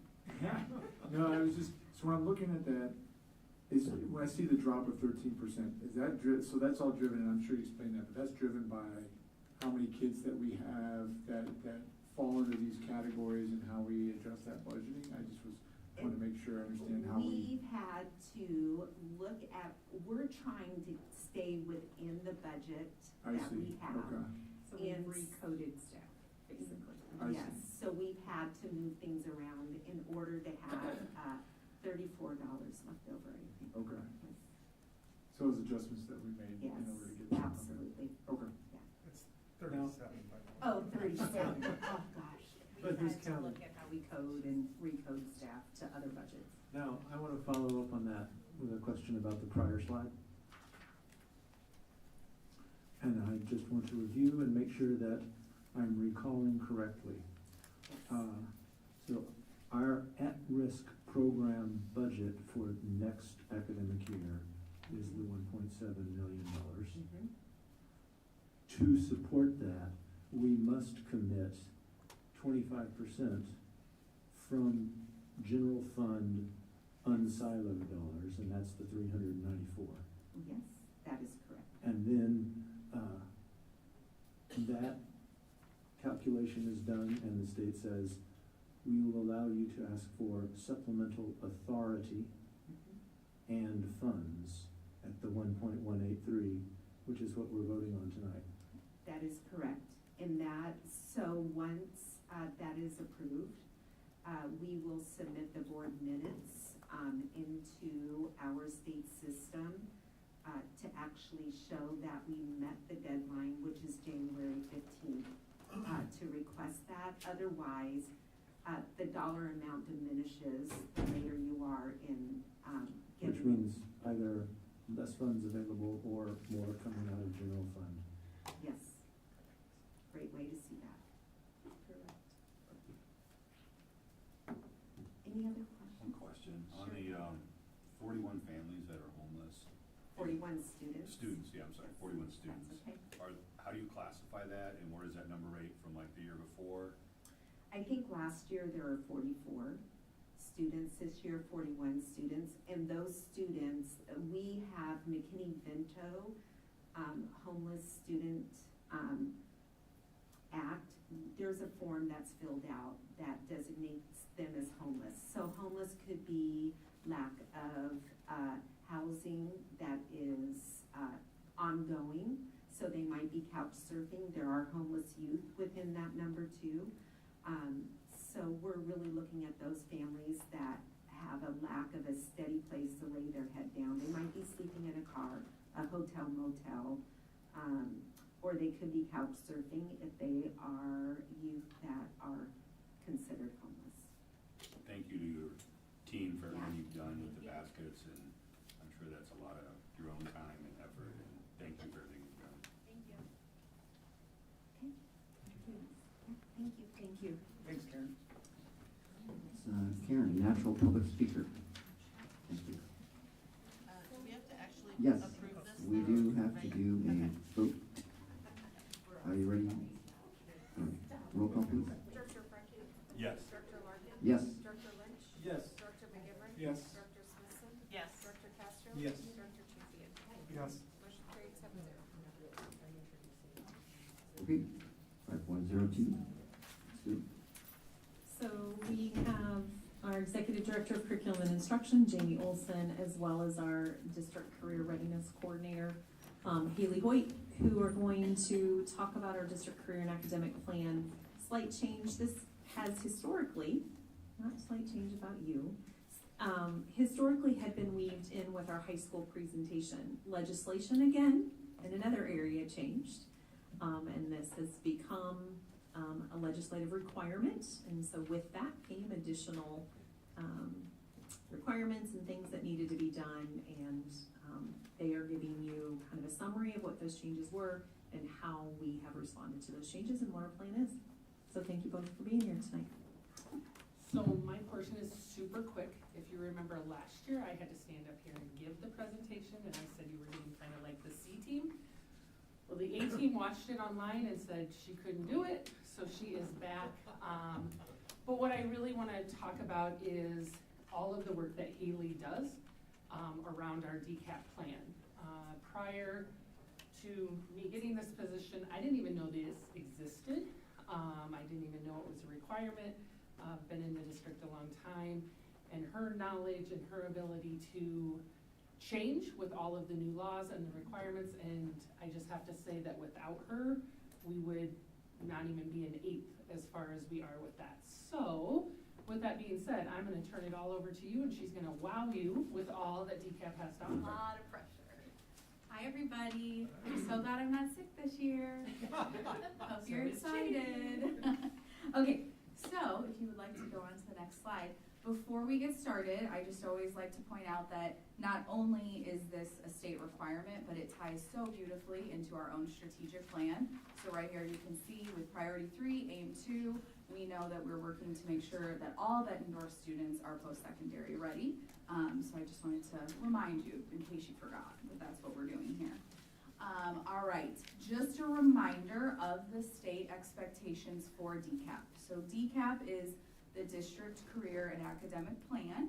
For those of you that have been here for a while or been watching what we're up to, we used to refer a lot to ICAP, which is the student's individual career and academic plan. Through the years, the requirement has grown to say, well, if a student is required to have an individual plan, then the district's required to do the work to get them to that plan. So that's really all this is what are we doing to make sure that student can make their individual career and academic plan. So here's just some behind the scenes of what our expectations are. We have a plan that we submit. It is a living document, which is extremely confusing to some people, but it's okay. Jamie has a hard time with it. But what it means by a living document is that we started with a plan. Truthfully, when I took on this role 2 years ago, it really became our roadmap. And then we now can react to what our students' needs are as we work through this, which you're gonna see here in just a little bit. Because it's a living document, I'm not set in concrete with what I say we're going to do. If I realize our students need something else, I can adjust and change the roadmap as we see fit. So we'll talk about what that looks like, but I think it's really nice that we can change it and we don't have to cement to something for a whole year without changing. You guys fine? Okay, so here are the required components. And we'll keep going more in depth through all of these, but just a quick view. Students are required to have a 4-year course plan that will start in 8th grade when students say, I think I might be interested in taking some industrial tech or maybe taking some business classes. So we sit down with them and they put together what are my graduation requirements for core content, and then additionally, if I might like to try out a couple things, where would that fit in my 4 years in high school? So they're required to have that and update it every year. And then every year we're required to go through the remaining things. So students have to be exposed to some way to explore their self-understanding. Who are they? How do they learn? And then make connections to that. So if I am really if I'm really into something, if I really learn a good way, how is that going to connect in the world of work? Because a lot of times our students see them as two totally different things. Maybe I really, really like taking social studies classes, but in my mind, I don't see how I could ever work in social studies, so I have to find a job otherwise. We work really hard to get students to see the things you enjoy doing every day, that can be what you do for the rest of your life, and you can really create that career for yourself. So we've got self-understanding, career information. It's just wild that students who absolutely hate science think that they can be doctors. So really helping them understand that there are more things to do than just say, I want to be this. They have to understand what going into the career is going to look like and what that lifestyle is going to create for them. Career exploration experiences, we're gonna get real in depth in that in just a little bit, so I'm gonna hold on that. Post-secondary exploration, so just keep in mind, post-secondary education does not just mean college. We know that it means military, going directly into the workforce, maybe with some credentials, or going into an apprenticeship. So post-secondary is whatever that student decides to do after graduation, not just college. Career and post-secondary decisions, so making a decision, we're gonna talk about that in a little bit, and then the FAFSA, or the free application for federal student aid. So these are what we're required to do every year, and that's what is in that living document. You'll see a couple of them, I've put some asterisks by. We're gonna talk about those, because those are the ones that change this year. As Dr. Moore said, every year we see changes, and those were our big changes. All right, so before we get into what does DCAP look like in Bettendorf, I'm hoping that you can all humor me for a second. So if you trust me, could I get you to close your eyes? Could you close your eyes for me? I'm not gonna tickle you, it's okay. All right, so while your eyes are closed, I want you to think back to your kindergarten classroom. And while you're sitting in that classroom, I want you to think that as a kindergartner, if someone asked you, what do you wanna be when you grow up? What would you say? You can open your eyes now. What would you say if someone asked you in kindergarten, what did you want to be? Director Frecking, what did you want to be when you were in kindergarten? Like a truck driver. A truck driver. I drive a truck. Okay. Anybody else willing? I can just pick on him. Like an astronaut or something. An astronaut? Okay. Like that would've came out. Anybody else willing to share? Director Castro. Pro athlete. Pro athlete. I love it. Anybody else? Open fighting champ. Bullpen? Oh, that wasn't around. Okay. If you need to close your eyes to get in the correct mindset, we're gonna move forward in time, so close your eyes if you need to. And now I want you to think about when you were in high school. When you were in high school, if someone asked you what you would want to be, what was that in high school? A journalist. A journalist. Oh, exciting. Now we're we to the bullpen fighting? No, now we're, naval officer, I knew. Okay, very good, very good. Anybody else? Did you change from astronaut? I think I'm still an astronaut. In high school, still? No, it wasn't. Oh, okay. No, it was not. I'd gotten off of that by then. You got it. I probably didn't know in high school. Probably didn't know. I was thinking about sports or something like that. Something. I had no idea. You didn't have a good career readiness coordinator. That's what it was. I got Don't give me He ended up okay though, he's that. out. Anybody else? All right, so then tell me, after high school, how many of you went into or did the thing you were going to do as a kindergartner? You can just raise your hand, you don't have to out yourself. How many of you went into that thing? Okay, how about the high school thing? How many of you went into the high school thing? Ish? You said you didn't care. Well, I didn't have any, I kind of settled on the, once they said this is probably where you should, okay. And that's Oh, where okay. I'm at. Okay. All right, so with that in mind, that's why we're doing this work, because we want someone to talk to our students and to show them all of the opportunities they have, to show them that if they want to be that truck driver, hey, you can do it, and here's the steps for how to do it. Or if you grow your knowledge and you change and you realize, I want to be a naval officer, okay, how are you really going to do those things? So that's why we do all of this work. It's to educate our students as to what their options are, inspire them into things they maybe thought they could never be, but then give them the tools and the actionable steps so that they can actually do it. Because it's one thing for me to sit here and tell every student that I believe in them, but if I'm not giving them the tools and coming alongside them and supporting them, then we're not doing our job. So with that all in mind, a lot of times with students, I've been doing this for quite a bit now, and you'll see, and as I talk to my colleagues in other districts, what you really see among students is they make one of three decisions. They do what their parents did, they do what their friends are going to do, or they don't make a decision and the decision is made for them. Because in the end, they either need to make money to pay bills, sometimes a parent will make a decision for them, but they don't make the decision. So I'm doing this work, I'm here, I'm committed every day because I don't want them to get stuck in one of those three things. I want them to advocate and to make those decisions for themselves. So that's really why we're doing this work. Even though I know I'm required to do it by the state, I'll still stand here and do it for you, okay? So what does this look like in Bettendorf? I just threw a couple things in here because I'm a visual person, so I'd like to know, this is great, Haley, that you all have this living document, but if I walked into Bettendorf, one of the schools, what is it going to look like? So advisory lessons, at the middle school we have our teacher advisory, our TA lessons. Up at the high school we have advisory lessons on Wednesdays. A lot of this work is executed there. Classroom career exploration, that's something we've been pushed on years and years, that we need to start growing, that it cannot just live in advisory lessons, but we need all of our teachers to be sharing with students. If you're enjoying this, if you're having fun with this, what might this career look like? Or if you absolutely hate it, what careers might you want to stay away from? Career field trips and guest speakers. So we have our career center, but we're also bringing bringing speakers into the classrooms, not just the career center. And then really something that I feel like we've put a lot of effort into and have a lot of really great plans ahead is really empowering our staff with knowledge. So sometimes we would hear from staff like, well, I'm a little nervous to have this conversation with students because what if they tell me they want to be a journalist and I'm not an English teacher, I don't know exactly how to help them. And so really empowering our teachers with just the foundational knowledge to help students, but then also the support if they don't know how to help, who is it they're going to? The counselors, to me, who might it be that can help them out? Go ahead, Celeste. Thank you. All right, so with all of that being said, with what it looks like, this is our evaluation of our living document for the 23-24 school year. Just as a reminder, this is a state requirement for 8th through 12th grade, but in Bettendorf, we know that it should be younger. We know that we can start these conversations younger. And for now, we definitely don't want to leave those 6th and 7th graders out. So we do all of middle school and all of high school with an effort to meet all of these different requirements.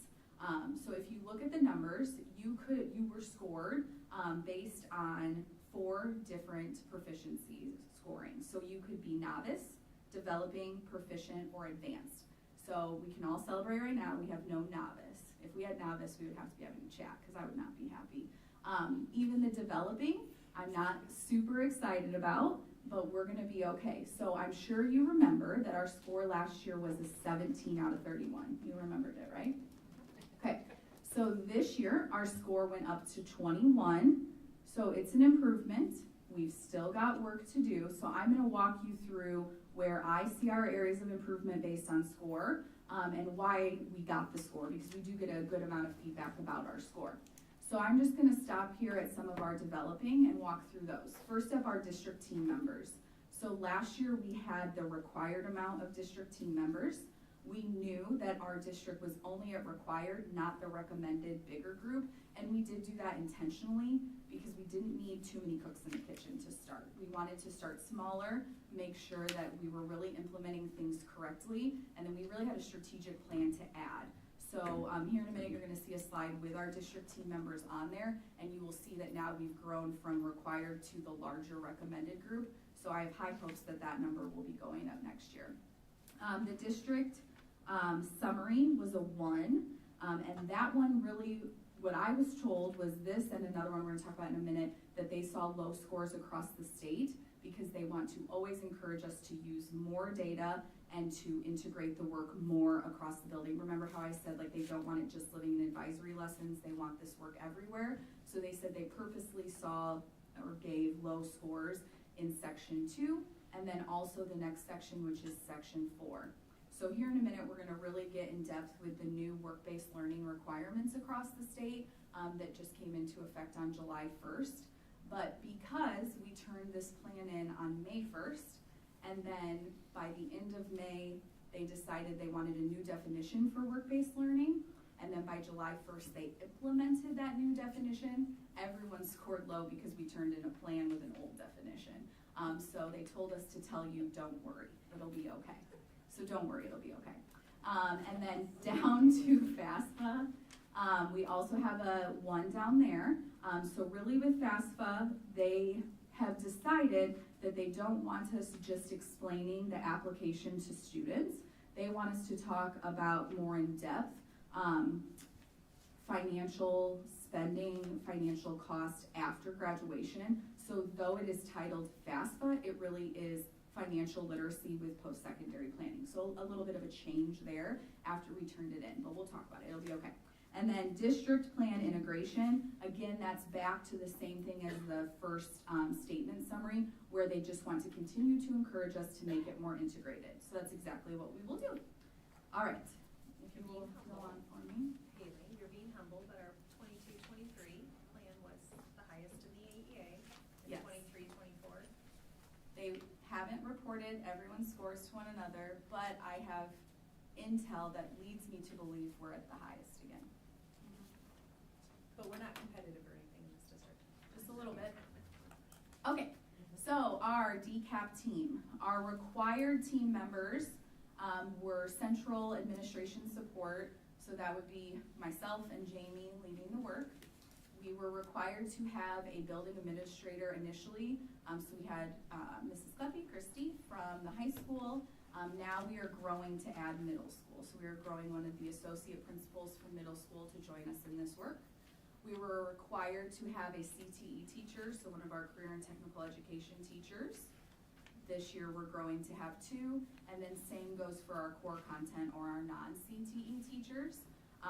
The reason that one is really important is, again, back when this was first born and as it's grown, a lot of this work really lived solely in our career and technical education classes as designed through the state. And then they started to realize that not all students take CTE, and this work doesn't belong in just CTE, and that's why we're now pushing it out across the building.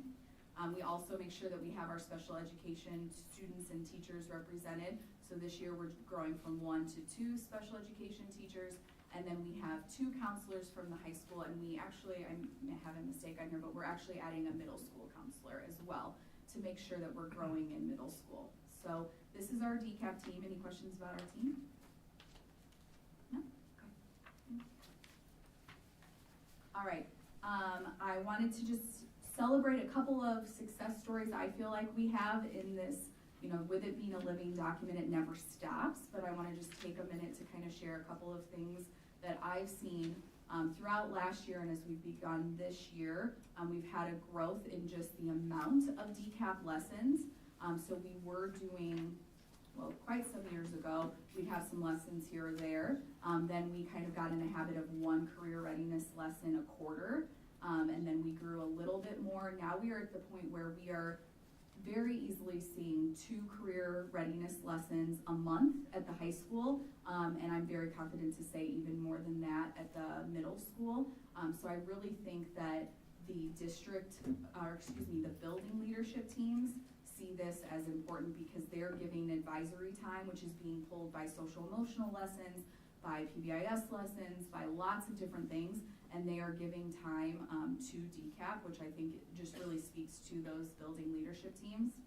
We also, like I've alluded to, seen a real nice growth in all content, so not just CTE in career exploration. And so a couple of examples of what that looks like in our science department. Our environmental science students, when they take this class, they start the class by learning about a couple of different environmental science careers, and then as they move throughout the curriculum of the time that they're in that class, they look at the different units from one of the career lenses that they chose. So up front, they get to explore the 5 to 7 different careers, and then they pick one of those careers, and throughout the whole time, as they learn about different environmental science issues or things that are happening in environmental science, they put on the lens of that career and really dive in that way and see like how it affects that career. So it really kind of opened the eyes of the students to, you can't only just become an environmental science. There's environmental scientists, there's all these other ways that you can work in the field. In our English department, our composition teachers approached me about helping them with sharing with students that you do not only write if you become an author or a journalist. So we got that word from our students that they don't need to worry about writing unless those were the 2 careers that they're going into. We held our first panel in first quarter with all of our composition students, which is regularly a junior class. So we see all of our students take that class, usually junior or senior year. And so we brought in different people throughout our community that are doing things that aren't writing. So whether they work in, library, okay, that's reading, but she's the library director, or we brought in someone from healthcare, we brought in our police officer from the high school, but we're just trying to get them to really see that you're gonna write no matter what career you're going into. We have this coming up again on Monday, and we have healthcare providers coming, nonprofit organizations coming, Again, our police officer, and I think we're up to like 7 or 8 different panel members that have nothing to do with writing in their title. So I'm really excited to see how that goes. And the conversation in first quarter really resulted in the students understanding that writing is communicating, and we're all gonna have to communicate in our careers. So I feel like they really got a lot out of that, and hopefully really dive into learning about composition. And those are just a couple examples of what's happening, but I'm really proud of our staff that they realize that not only might this become a requirement from the state, but it's something that we should be doing to help our students. So that growth has been wonderful. And then just an increased amount of career field trips with the in-building and out-of-building exploration. So I think almost everyone now has got the chance to come over and see the new Career Center right across the way. If not, please stop by. Between the Career Center field trips, but then our teachers taking trips or bringing in guest speakers, our numbers are already ahead of where we were at this time last year. Don't ask me for specifics, I don't have it memorized. But they are already ahead of where we were last year. And I'm really proud of our students for signing up for those experiences and our staff for creating those experiences. You can go on to the next one. So as promised, I just want to walk you through the changes from the state for DCAP. So you can go ahead to the next one. So career and post-secondary decision. This has always been one where we were encouraged to just make sure that the students were kind of ending each school year saying, this is what I think I want. So we captured that by having students do kind of like a summary assignment where they review, this is what I've done throughout the year, and with that being said, this is the career I think I want to have, and this is the post-secondary education or training that I think I want to go to. That has changed now, that they do not want us just having the student make the decision. They really want to start seeing action out of the student and have them see it earlier on. So what might that action look like? If the student is saying that they want to go to college, it would be things like having them complete a college application, even maybe a practice application at some point, having them look at scholarship applications, FAFSA, so just really putting pen to paper or fingers to typing, and having them do something that has to do with whatever that decision is going to look like. Military, it could look like taking the ASVAB tests, meeting with a recruiter. I mean, if they get really far down the road, once we're to late junior or early senior year, going to MEPS. So they want us to be giving the students the time to take the action to go towards that decision. So that's something that we'll be building in for next year, or truthfully, even for the remainder of this year, for how are we helping those students with actionable things to get towards their decision. Go ahead. All right, and then FAFSA, I did speak about this a little bit, but while we used to just worry about making sure that students understood what is FAFSA, how can it support me, how does my income and my family's income change what FAFSA might be available to me, now the state is shifting in a way where they still want us to complete FAFSA. They still have a dashboard where we can look at every high school and see how many students have completed FAFSA at every school. So that is still very important. But they want us to help our students with understanding whatever that decision is that I'm making, what is it gonna cost me and how am I gonna fund it? And so maybe a student is not planning on college at all, so FAFSA, when we bring that up, it doesn't really sound important to them because they don't feel like it's a tool that they need or something that they need, but they're planning on going to the military. We need to make sure that we are able to help them with understanding if a military branch is offering them a sign-on bonus and they're offering them this or that, or different credits for things. Do they understand the words that they're using, and then do they understand how to advocate for themselves to get the most support that they can get? And then the same thing would go for entering work. Do they understand how much it costs? If they, say, I'm not going to school, I want to go straight to work, and I want to get out of my parents' house, do you have the money to pay that? What is that going to really look like for you? So we're really going to have to grow this past FAFSA and into financial understanding. I anticipate working really closely with our financial literacy teachers. That is a state requirement that all Iowa students are taking a financial literacy class. So I would see a lot of this work maybe joining in with that class being a requirement, and seeing how we can team to make that get a higher score. Any questions about that one? Okay. Out of curiosity. Sure. If there's a dashboard, which I didn't know about, how many of our students fill out the FAFSA? Sure. Yep. So So I do get a weekly report of our FAFSA completion, and you get your last report for the graduating class at the beginning of August of the next year. So my last report, which I do think is updated on the dashboard, I think they keep that updated, we were at 55.43%. The state goal is 60% for each district. And we just met, myself and the high school counselors, we were asked to set a goal for this year. And our goal for this year is 50% because the goal has to be completed by May 1st. At May 1st of last year, I want to say we were at roughly 47 or 48% as of May 1st. So that shows you between May 1st and then August, when the students were going to school, how much growth we had. So we set it as 50% for May 1st of this year. And we're working on like what we're going to do to make that growth happen.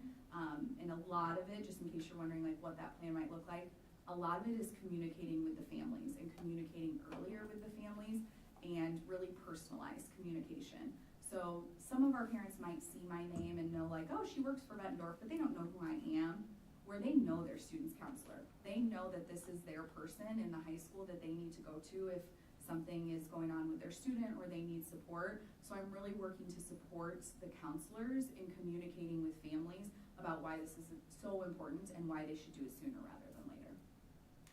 And I should say, I feel very hopeful because so many universities and colleges are moving to a plan where they are not giving scholarships that are school-based scholarships. So if there was Hoyt University, they might not be giving a scholarship to a student that was funded through the university or through their alums or what have you, if the family has not completed FAFSA, because they want them to exhaust all opportunities for financial support. So I do believe that that has increased a lot, and I think that's gonna help us out with families completing. Any other questions about that? Okay, our next change is career experiences. So anytime myself or Jamie have come to talk to you about DCAP, we have talked about career experiences or work-based learning, kind of, you know, we use them interchangeably.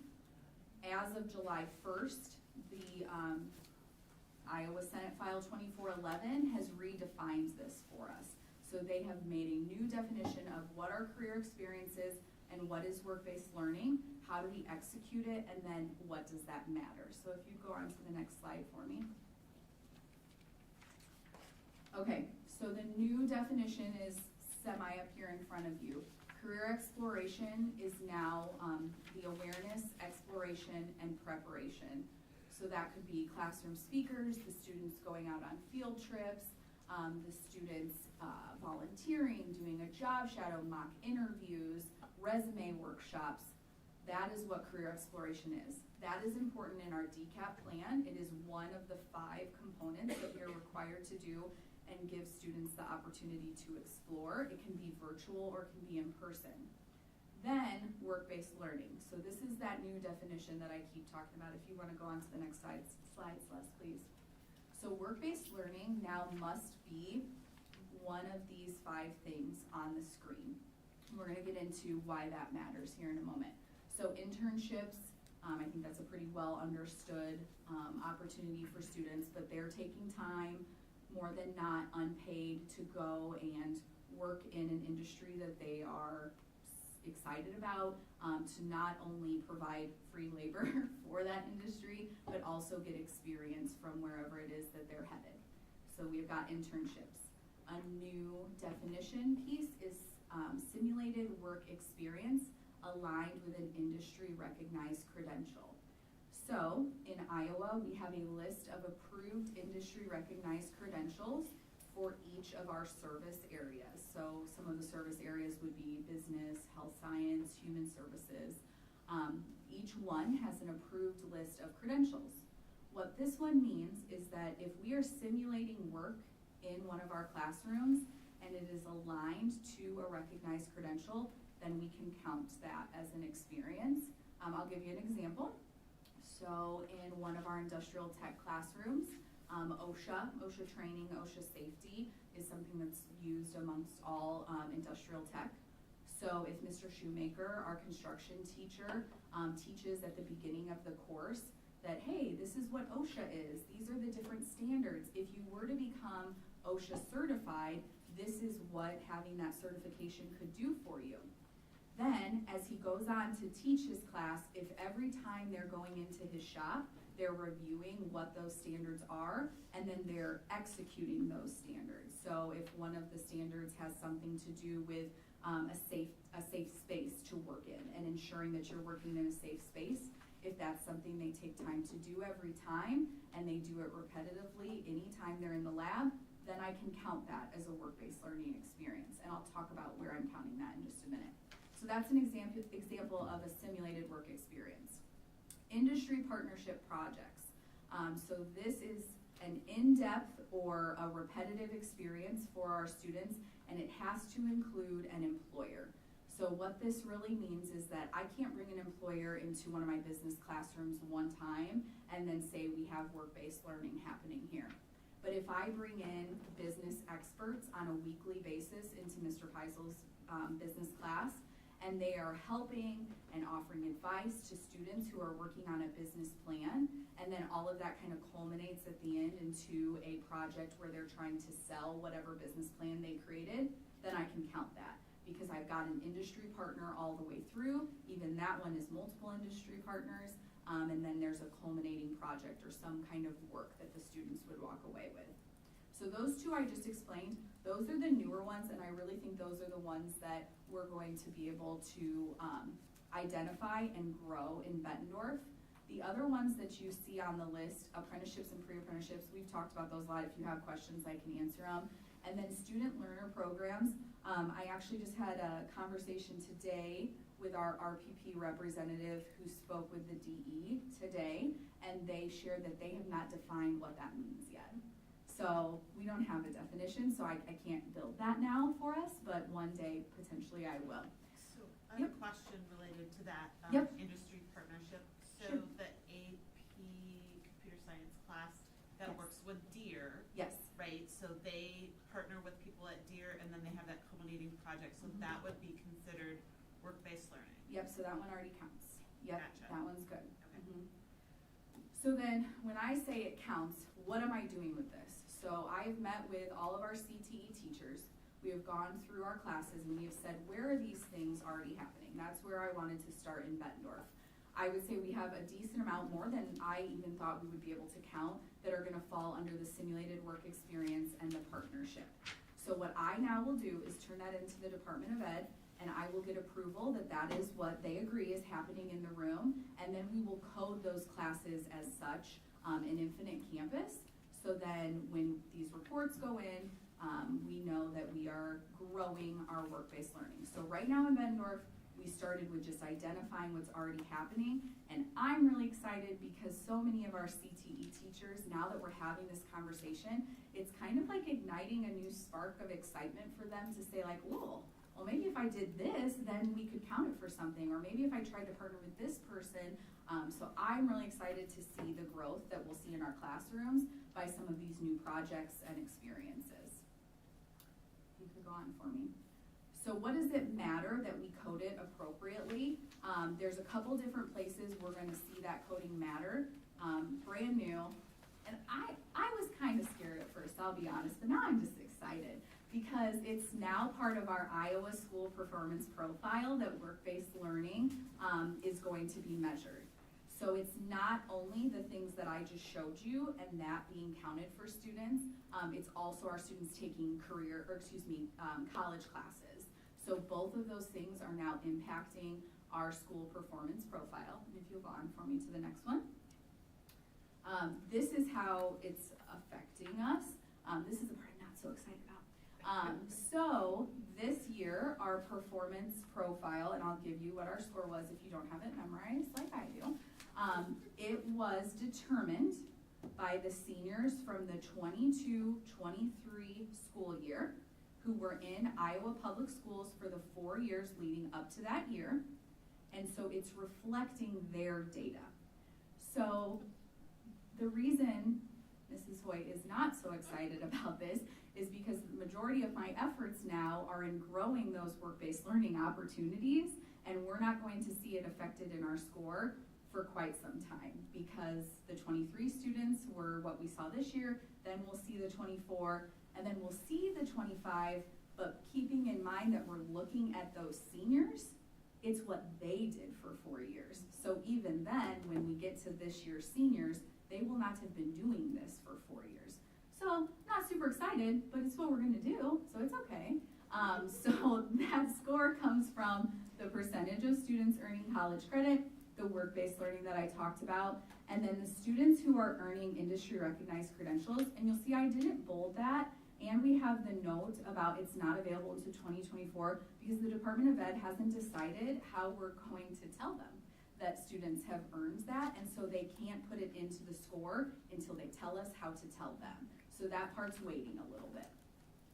So, I'll take the bait. What was our score? Our score was 17.63. Don't get mad, it's gonna be okay. The state average was 25.47, but we have been told time and time again, Jamie can attest to this, every conversation we have, there have been so many webinars. We had someone from the Department of Ed here last week with us. They all say, don't stress about it, don't worry about it. Your scores are gonna be low because they're scoring you on things that don't even exist. So a 17 and a 25, what's the? 100. It's like golf, lower's better. It's the whole thing. But It's gonna be okay. But you have been doing some of these things for several years, right? So- So the industry, so like your OSHA certification stuff, Yep. your, what's the food one? Oh, serve safe. Yeah, Serve Safe. I mean, we do have some experiences with those, right? So, you're not wrong, we do, but we were not coding it, how they're scoring it, and we cannot go back and fix the coding. So, it's gonna be okay. We're gonna talk in a couple years and we're just gonna be like, woo, it's all good. I think it's important, it wasn't, we weren't coding it right, is It nobody changed. told us to code Yeah. them that way. It changed. And that's part of some of the challenges is do this, but there's the explanation behind it and what that looks like, is not always there right away. And so, Les Haley's patience and ability to call 1,000 people, and maybe get The Department of Ed 950 different answers, but we put them all together and she figures it out. Yeah. All right, so just a couple little fun things. Where is career exploration happening in Bettendorf? So we know that DCAP is required 8-12. I already told you, too bad, so sad, 6th and 7th graders are doing it also. But this work is happening in elementaries right now, even though it's not state required. For a couple years now, you know that we have been sending our 5th grade students over to Biztown, which just moved over to Moline. They just opened this brand new, beautiful building. I get sick a lot because I missed this day because I was sick, but you'll see Jamie standing right there, Dr. Morris. They got to go see this brand new building. It's so nice. If you aren't familiar with Biztown, let me know and I'll take you down there sometime. It's a small little town, and our 5th graders work for a whole semester preparing for how to be a citizen in this town and how to do a job that they are given after applying and interviewing for a job. And then it all comes to life when they go to Biztown on their assigned days and they run this town with their peers. So again, if you haven't seen it happen before, let me know. You did just miss Bettendorf going. We just went in November, but I will take you with next year because it's really inspiring to see these kids. I don't know, I have to check, but they used to write checks and you used to learn how to write checks. I don't even own a checkbook. I don't know if that's a thing anymore. But they learn how to write checks. It is? Okay, I pay it all online. But so it just is a great experience for students to see like, oh, this real world is gonna happen one day. Just a note real quick on elementary, I am so proud of our teachers in Bettendorf because they approached Jamie near the end of last year and they said, we need this in all grades. And we know that junior achievement can help. And so as of this fall, we have junior achievement in kindergarten through 5th grade. And that was teacher driven, which I just think is wonderful. We didn't ask them to do it, no one told them, but they knew it was right for our students. So I'm really happy about that. If you go on to middle school for me. Middle school has been really busy. Over the last couple of years, I've come and shared with you all about some great growth that they've had in career and technical education. That has not stopped. We have seen the teachers just really grow their passion in the different fields that they're working in. I wanted to share these pictures with you because we just wrote and were given a grant from the Bettendorf Schools Foundation to fund every one of our CTE classrooms. Was just missing something. They all just needed something to really bring some of their curriculum to life. And we were fully funded in this idea from the Bettendorf Schools Foundation, so I wanted to take another opportunity to thank them. But in culinary, we have now brand new pots and pans. We have air fryers. We heard from a lot of our students that their families had air fryers and they didn't know how to use them. And so now we're gonna be able to teach them these skills. We're really excited. I'm really excited about that part. In industrial tech, we've got tons of new materials in those rooms, but then also tools. So the students are learning about new tools. And then in business, we're kind of bringing things to life with Monopoly, but we also got them calculators. They didn't have a classroom set of calculators, and he's been doing some math with them, so they have calculators. And we've got stuff in all the different classrooms, but I just wanted to say thank you one more time so that that work could really continue to happen. And then in high school, we have, as of, well, at the beginning of third quarter, we will have a fully staffed CTE program again, so kudos to Mrs. Kleppy for making that happen. We're really excited to make sure we have all of our programs up and running. You may remember we were down an industrial tech teacher and a family consumer science teacher, so now we are up and running again as of third quarter. Here's just some fun stuff. I want to show you what we're doing up here. So over in that first picture, we took students over to the Quad City Airport, and they did some behind the scenes, what are people doing to make an airport run? And so I'm not sure exactly what they were doing with that ginormous tool, but something that happens at the airport.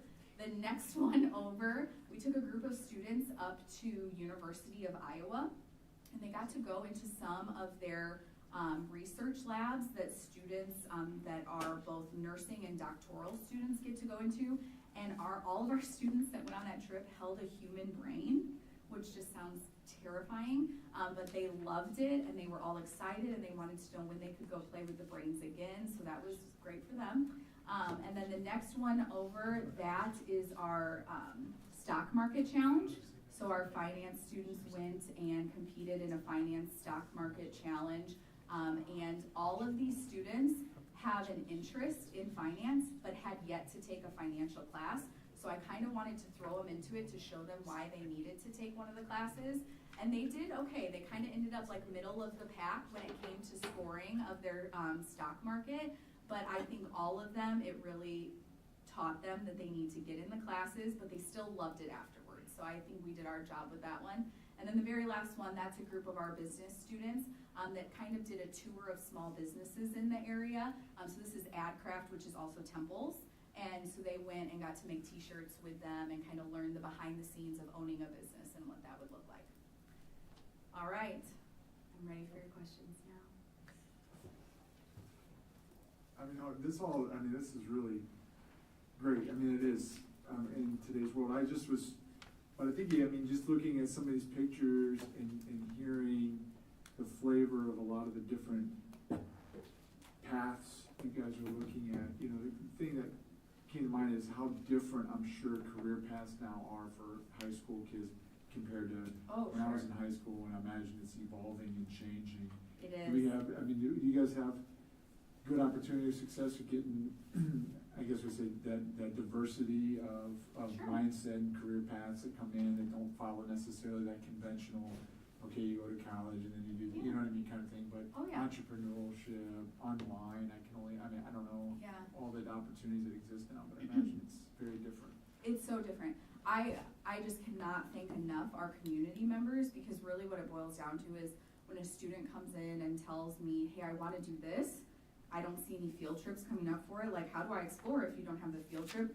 Then I make it happen. And so I call out to our community, I see what we can do. We've got some great community partners that maybe they aren't the one that's doing this job that we're thinking of, but they have contacts and they bring it together. Yeah, so you might recall Brendan Schmertman. He's a previous math teacher for Bettendorf High School. He now works in finance, and he has a huge passion for this work. So I don't think a couple weeks go by without me calling him and saying, do you know someone here? Do you know someone here? That's awesome. And Sure. so I have yet to have someone ask to explore something that we haven't been able to make happen. That's great. And truthfully, I have a part-time para that runs the day-to-day of the career center, and she is running, I swear, like every month we double the amount she's running, but we say we need to make this happen. We both start working on making it happen. Gets done, she gets the bus, gets the kids, and they go. So it really is working. No one stumped me yet. Don't try and get them to. Any other questions? Yeah. Haley mentioned about the airport, and it just jogged my mind. We were building an airplane last year. Yeah. How did that go? Did it ever get, I how's it going? I think they're almost done this year. Yeah, I think they'll be done before the end of this school year. And that partnership has been wonderful for us with the advisor that they have overseeing that project. She is really into career exploration, and so she actually contacts me a lot, and she'll say, I want the kids to explore this, or I want them to explore this, even if it's nothing related to taking them over to the airport, though they did go to the airport. So I think that they should be done, and we'll probably get invited early spring, I would say, to see it. Will you go on the maiden flight? Will you go with me? Well, you don't answer a question with a question. Want to bet? No. We'll go together, Paul. It's okay. Any other questions? Thank you. Thank you for Thanks, everything. Lloyd. Oh, yes, of course. Thank you. Yes, it is an honor for sure. All right, now I get to invite my good friend Christy Cluffy up to join me. But before Christy gets started, I just want to make a summary comment. Thank you, Haley, Yeah, for an of course. outstanding presentation.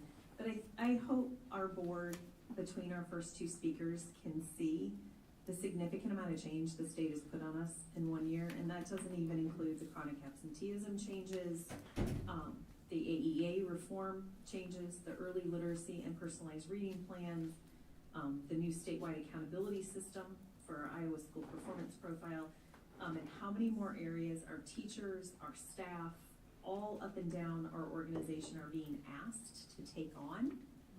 And as we think back to when we were children, I don't know, didn't get much around career exploration in school. My mom and dad helped me with that, and so I think it is so important that as we get ready to go into a new legislative session, some people call them unfunded mandates, but just think about the role educators take on FAFSA, helping families access and complete a FAFSA.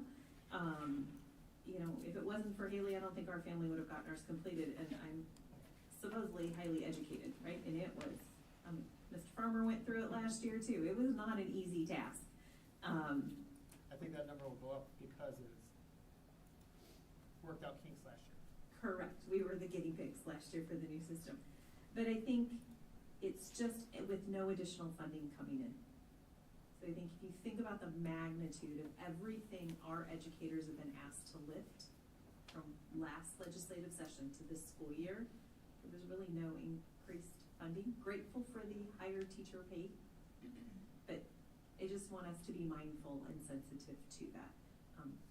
But you heard all of the things that these teams continue to do. They are the heart and soul, all of our staff are, to why we are successful. So thank you, Haley, again. Thank you. And Mrs. Cluffy, you're up. All right. Haley, don't go far. So we're moving to 5.03.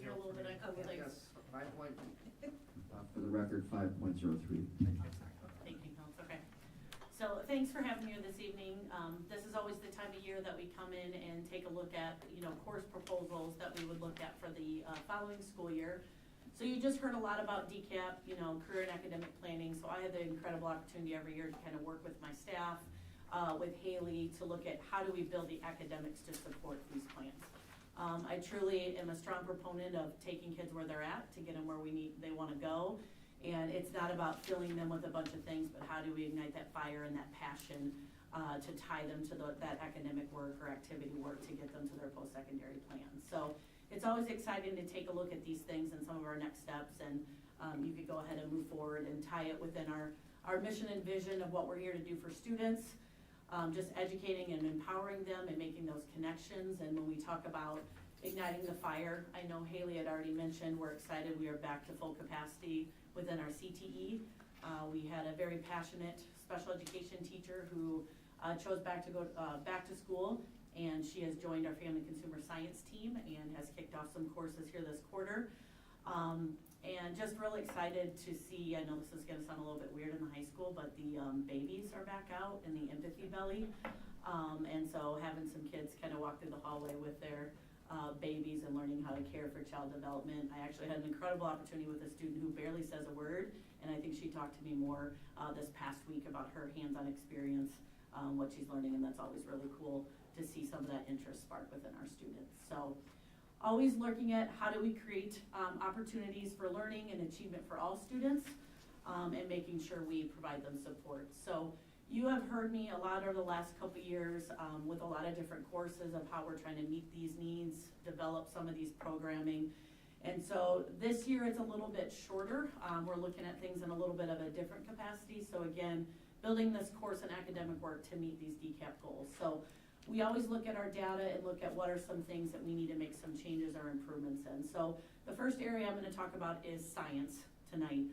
Looking at some of our science pathways, our STEM and engineering. One of the things that we have recognized is getting students ready for that post-secondary, looking more kind of on our upper level a little bit with students. When the state years ago brought out our science standards, they are the next generation science standards. And there's three kind of things that weave into those standards. So they have the content, they have cross-cutting concepts, they have domains. They're very kind of broad in how they're written. So as a district, our team, our science teachers took all of those new standards. They mapped them out of like what made sense. And that is why right now we have 6 required science courses to meet, you know, those graduation requirements. So there's 2 in their 9th grade year, 2 in their sophomore year, and then 2 in their junior year. And then we have above and beyond for what careers they may be interested in. So through that process, to help with scheduling, we had kind of separated out the honors courses. And so right now, we currently have an honors Chem 1 and an honors Chem 2. Same way with physics, we have an honors physics 1, honors physics 2. And what we've noticed kind of over the years with those being separated, sometimes we are only getting students taking the first half and they're not taking the second half. So it is slowing down our growth because if they take the first part of chemistry, say at the beginning of their sophomore year, and then maybe don't take the second part of chemistry till the end of the sophomore year or even their junior year, they spend the first part of those 9 weeks reviewing everything from Chem 1. So it slows down that process, if that makes sense. And then just getting some feedback that we are not necessarily ready or growing in that science when they're going on to those careers in that area because they're not getting the full year for students that are going into those careers. So what we're making changes with is with the honors chem is making that into a semester course. So it puts honors chem 1 and honors chem 2 together, and we do it in one semester so the kids get it all at one time. And then the same thing with the honors physics. The honors physics 1 is really important to us. We have not been able to run honors physics 2 for several years because of numbers, requests for the course. And so what we ran into this year due to that is we have some students who needed the full year of physics to get into their programs at Iowa for health sciences or certain areas. And because they did not have a full year of physics, they only had that first part for a quarter, they had to jump up and take AP physics without having all the prerequisites for their course. That is not setting students up for success or the staff up for success in those situations. So we really needed to create something and a better opportunity for these students going these programs so they get their full year of physics. So you can kind of move on to the next couple of slides here. It just kind of highlights each one. Honors chemistry going to a semester long, kind of talk to that. The new model just removes the need to review in chemistry 1. And so that way they go right into Chem 2 within that semester. So it kind of shortens that 2-year layover that possibly could happen. The standards would remain unchanged. There's nothing new with those. They get addressed more in sequence. And it's going to allow our college-bound students to be better prepared for that post-secondary coursework that we're missing right now because a lot will not take that second half. And then honors physics, kind of addressed that already. The low enrollment has kept it from being offered. Several college majors, the admissions, particularly nursing, we ran into that this year, need that full year of physics, so that would solve the problem for us for that. And then it would allow students to take honors physics over jumping into AP physics in order to meet that requirement. Yes. Do you currently offer AP chemistry? Yes. And will we continue to offer both of those AP classes? As long as the numbers support it for those kids going in So those. it could be that it becomes an every other year Correct. sort of thing, an alternate honors physics, next year AP physics. The honors physics would be every year because it's a grad requirement, so we have to have kids be able to meet those requirements. Typically, physics is taken in their junior year, so they'll take chem sophomore year, get the full year. They'll take physics their junior year, get the full year, and then within that senior year, they can move on to AP if they chose to. And if we make this change for next academic year, how are you gonna address the needs of all the kids caught in the transition that already did chemistry 1, but haven't done chemistry 2, and want to do it? So I think in talking with our teachers with that, they would be able to jump into that second quarter, because that would be the second half. And then we're gonna have There to might be use some pride. time. Yep, we're gonna have to use some pride to review that, but those are great questions. So those are things we're gonna have to account anytime you have a transition like that. And then we'll also still have our general and our T to address some of those areas too, if they feel they're not ready for that jump. But, yeah, good question. Any other questions on chemistry or physics? Okay. Then the next area is health science. We also kind of ran into a little bit of a transitional program with our upper level AP Bio anatomy and physiology class with this. Is in order for that to transfer, students need that full year. And so we are really in support of making sure we do that whole year. They take it all year long in order for that to transfer. And it's just become really hard in scheduling. Our numbers have gone down in that second semester, not the first semester. But the second, for a couple different reasons, they want the CNA, so they're kind of battling with their own department. Other courses, maybe graduating early, depending on those post-secondary plans. So with those lower numbers, we did some research. Is there a better option for kids that stays within that semester? Because that's where we're getting most of the enrollment, and would still be a transfer credit for them for college that would help them in their same program. And we were able to find that out, that there is a number bio course, which is the essentials of the human anatomy and physiology, that also has the lab, that we could offer that in place of that one that we are offering now. So it would be something different, same type of things, but it would be that semester, and then it would transfer, and then the kids aren't stuck where I have to take this full year, because that's kind of causing a little bit of issue for our students with that time commitment. I could just add one thing about that. Christy's referring to that we offer Anatomy and Physiology 1, which is a semester long, and then Anatomy and Physiology 2, which is a semester long. And one of the big reasons that we had planned it that way was because in working with our post-secondary partners, we know that those classes, if they completed both of them, it would transfer. And we were told that in transferring it, our students would not need to take those 2 classes for their major when they got to those institutions. And now that it's in practice, we're learning that's not true. They really, and I respect it, if they are sending healthcare providers out into the communities, they really want to share their own institution's knowledge and not what another institution might have taught. So we're sending kids with the impression that they're gonna be saving time, but then oftentimes the institution is re-enrolling them in those same classes. So this class is going to allow them a college level foundational introduction to anatomy and physiology that's going to set them up for large success when they have to take those 2 classes anyways, instead of having to take them again, just in a transfer consideration. And then what we're excited about that is that does free up an opportunity to add a few other courses in there that we could expose our students to this at a little bit of a younger age. So that brings in current events and innovations in healthcare and health science, human disease, and disorders. And you can move forward, Celeste. We've kind of talked about this one already, so I'm going to have her go ahead and move forward because we've talked about what that's replacing. Still would offer the college credits. So then current events and innovations in healthcare, obviously, you know, with this industry, lots of different things. So it provides an opportunity, no grade level restrictions on this for students to have conversations about current events and innovations in healthcare. As you know, this industry is advancing so rapidly, just from medication, you know, different diseases, what they're learning. And so it gives students another way to kind of explore this career. And then if you move on to the next one, and then also health sciences, human disease, and disorders. So not going to kind of read, you know, all those different things, but these are kind of a lot of the things that kind of catch the interest of students when they start to learn about these things, because they don't realize how many careers are out there.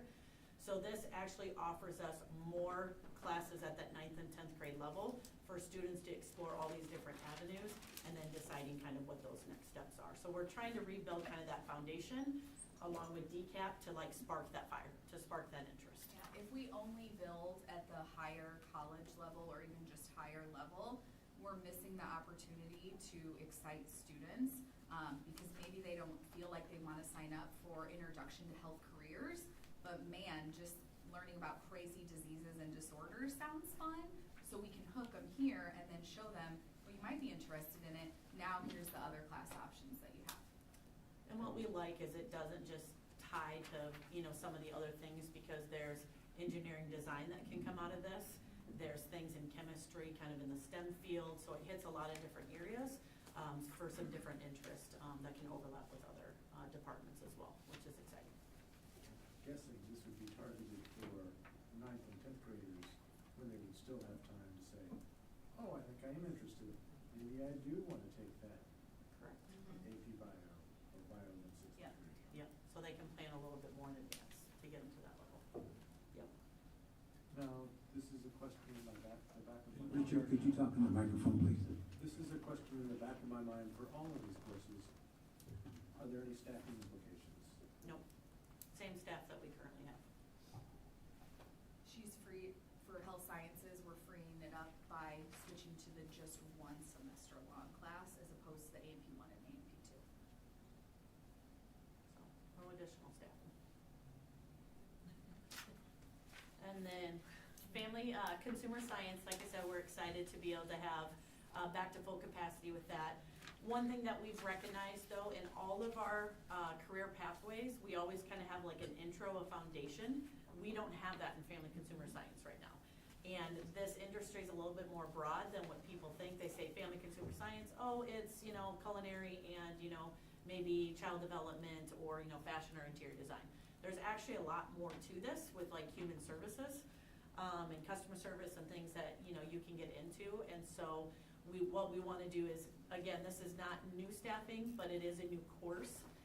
We would look at offering some sections of this rather than fashion. We're still keeping interior design. As our teacher learns a little bit more in the curriculum, as she's working through adding that endorsement, it gives us a kind of another look at things. But again, current staffing, it's just we change how many sections you're offering to explore this at a foundation level. I like that you're looking at how to bring this stuff to freshmen. Yeah. Right? Because sometimes the freshmen are like, I can't do any of that stuff until I'm a sophomore or junior.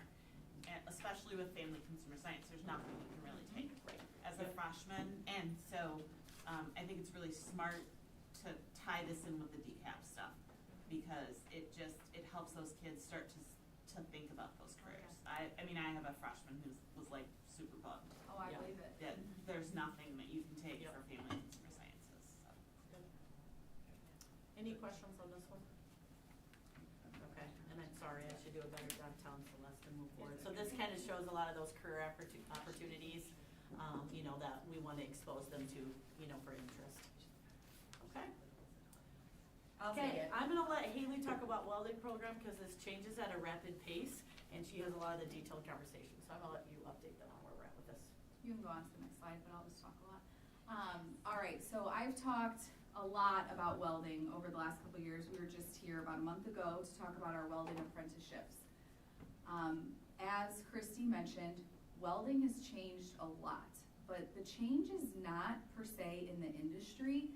It's that we partner with Eastern Iowa Community Colleges and they change how their program runs, sometimes more than on a yearly basis. And because we partner with them, we're kind of at the mercy of those changes that they make and having our students adjust their schedules, adjust other factors, especially if they want to work towards an apprenticeship. And so we're constantly having to respond to how the college is changing. Their most recent change, they took a welding program where we had, on average, a decent 40 students completing the program and taking about 5 different types of welding courses. And the change that they made was to have students take 2 welding classes and 5 online classes.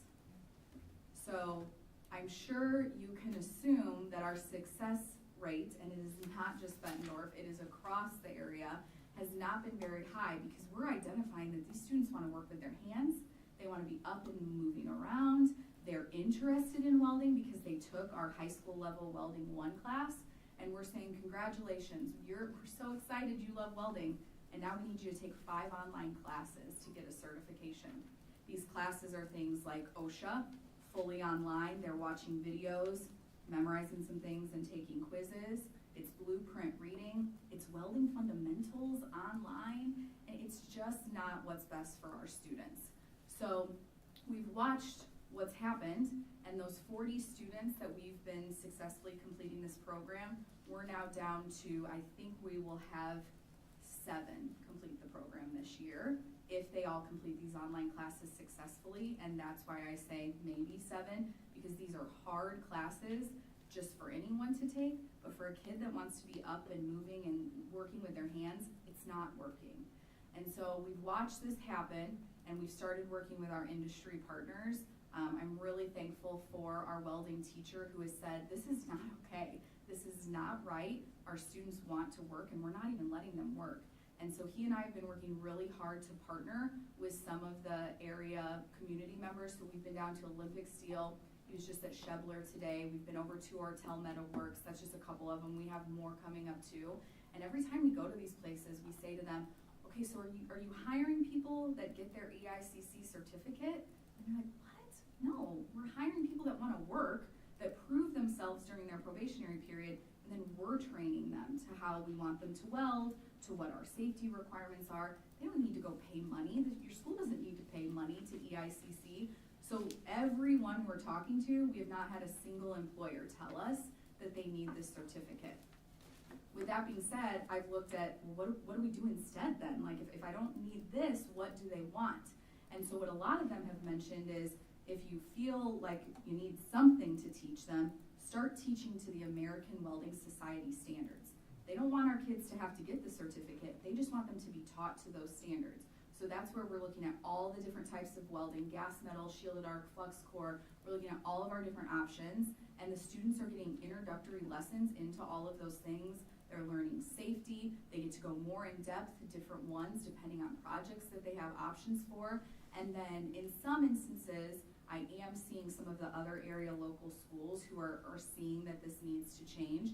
They're offering students the chance to take a certification test from American Welding Society if they want to, but our industry isn't even asking for that.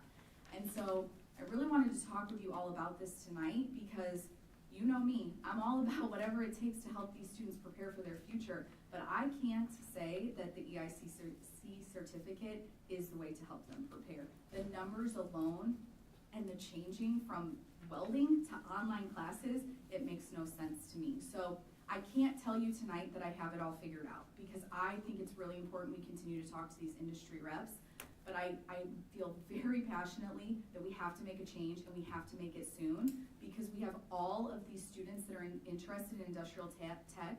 They take welding 1 and then they hear that they have to go online, and then if they don't go online, then they have to switch to construction or switch to auto or switch to machining. But that's where the auto and the construction and the machining students should be, not where these kids that want to weld should be. So we don't have it all figured out yet, but I'm very confident that we need to change this and we need to change it quickly. Questions about that? Because it's a big one. No? So what's the actual course schedule change that you're proposing? I'm not right now. Nothing yet. You're Just sort to of know getting, that getting the green light to keep going. Yep. but what you're saying in recommendation from your observations, we need to move away from idea of A college this certificate. EIC or the certificate process. Right. Because that's not what industry's asking for. Correct. And I appreciate the fact that you've gone out and have that correspondence from all these various industries, and it sounds like the response is like, we don't care about that. Yeah. I mean, that's big, I mean, that's really important. is If the feedback you're getting obviously is like, oh yeah, they need this, you know what I mean, okay. Correct. Because There we given go. the time, which I just don't have right now, but if I could sit down and I could track a student that takes a welding class and ends up in a welding job, Yeah. they're being employed at one of these places. Right. And they don't need the certificate, and I don't think we have the time, or you don't wanna get into tonight, how much we pay from our district budget for these students to take these classes, and we pay whether they're successful or not.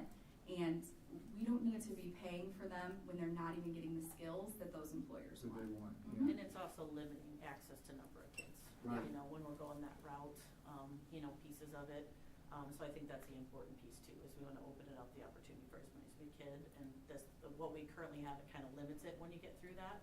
And that's kinda the opposite of what we wanna do. So is this kind of a TBD then right now? Well, basically, with your for- permission, yes, I would We're like. gonna continue to explore. I'm gonna continue to explore it, but I would like to be able to explore and then come back and share. There are other districts that are like, ooh, this isn't working, and they're looking at it too.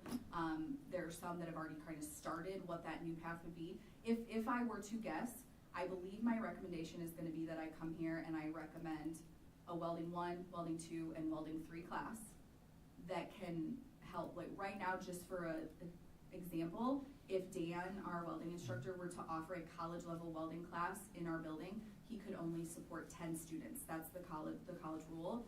We can up that when we change this.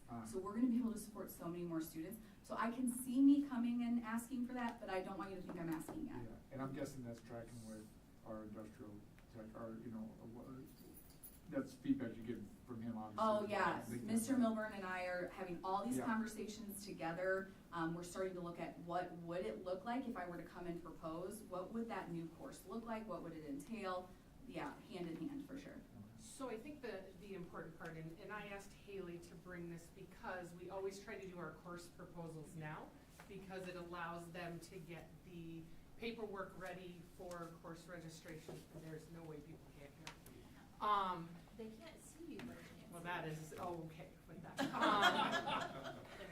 I'm in their nightmares some days anyway. So I think the big thing is, I wanted her to just explain, we may be coming back for additional course proposals, which is out of our things.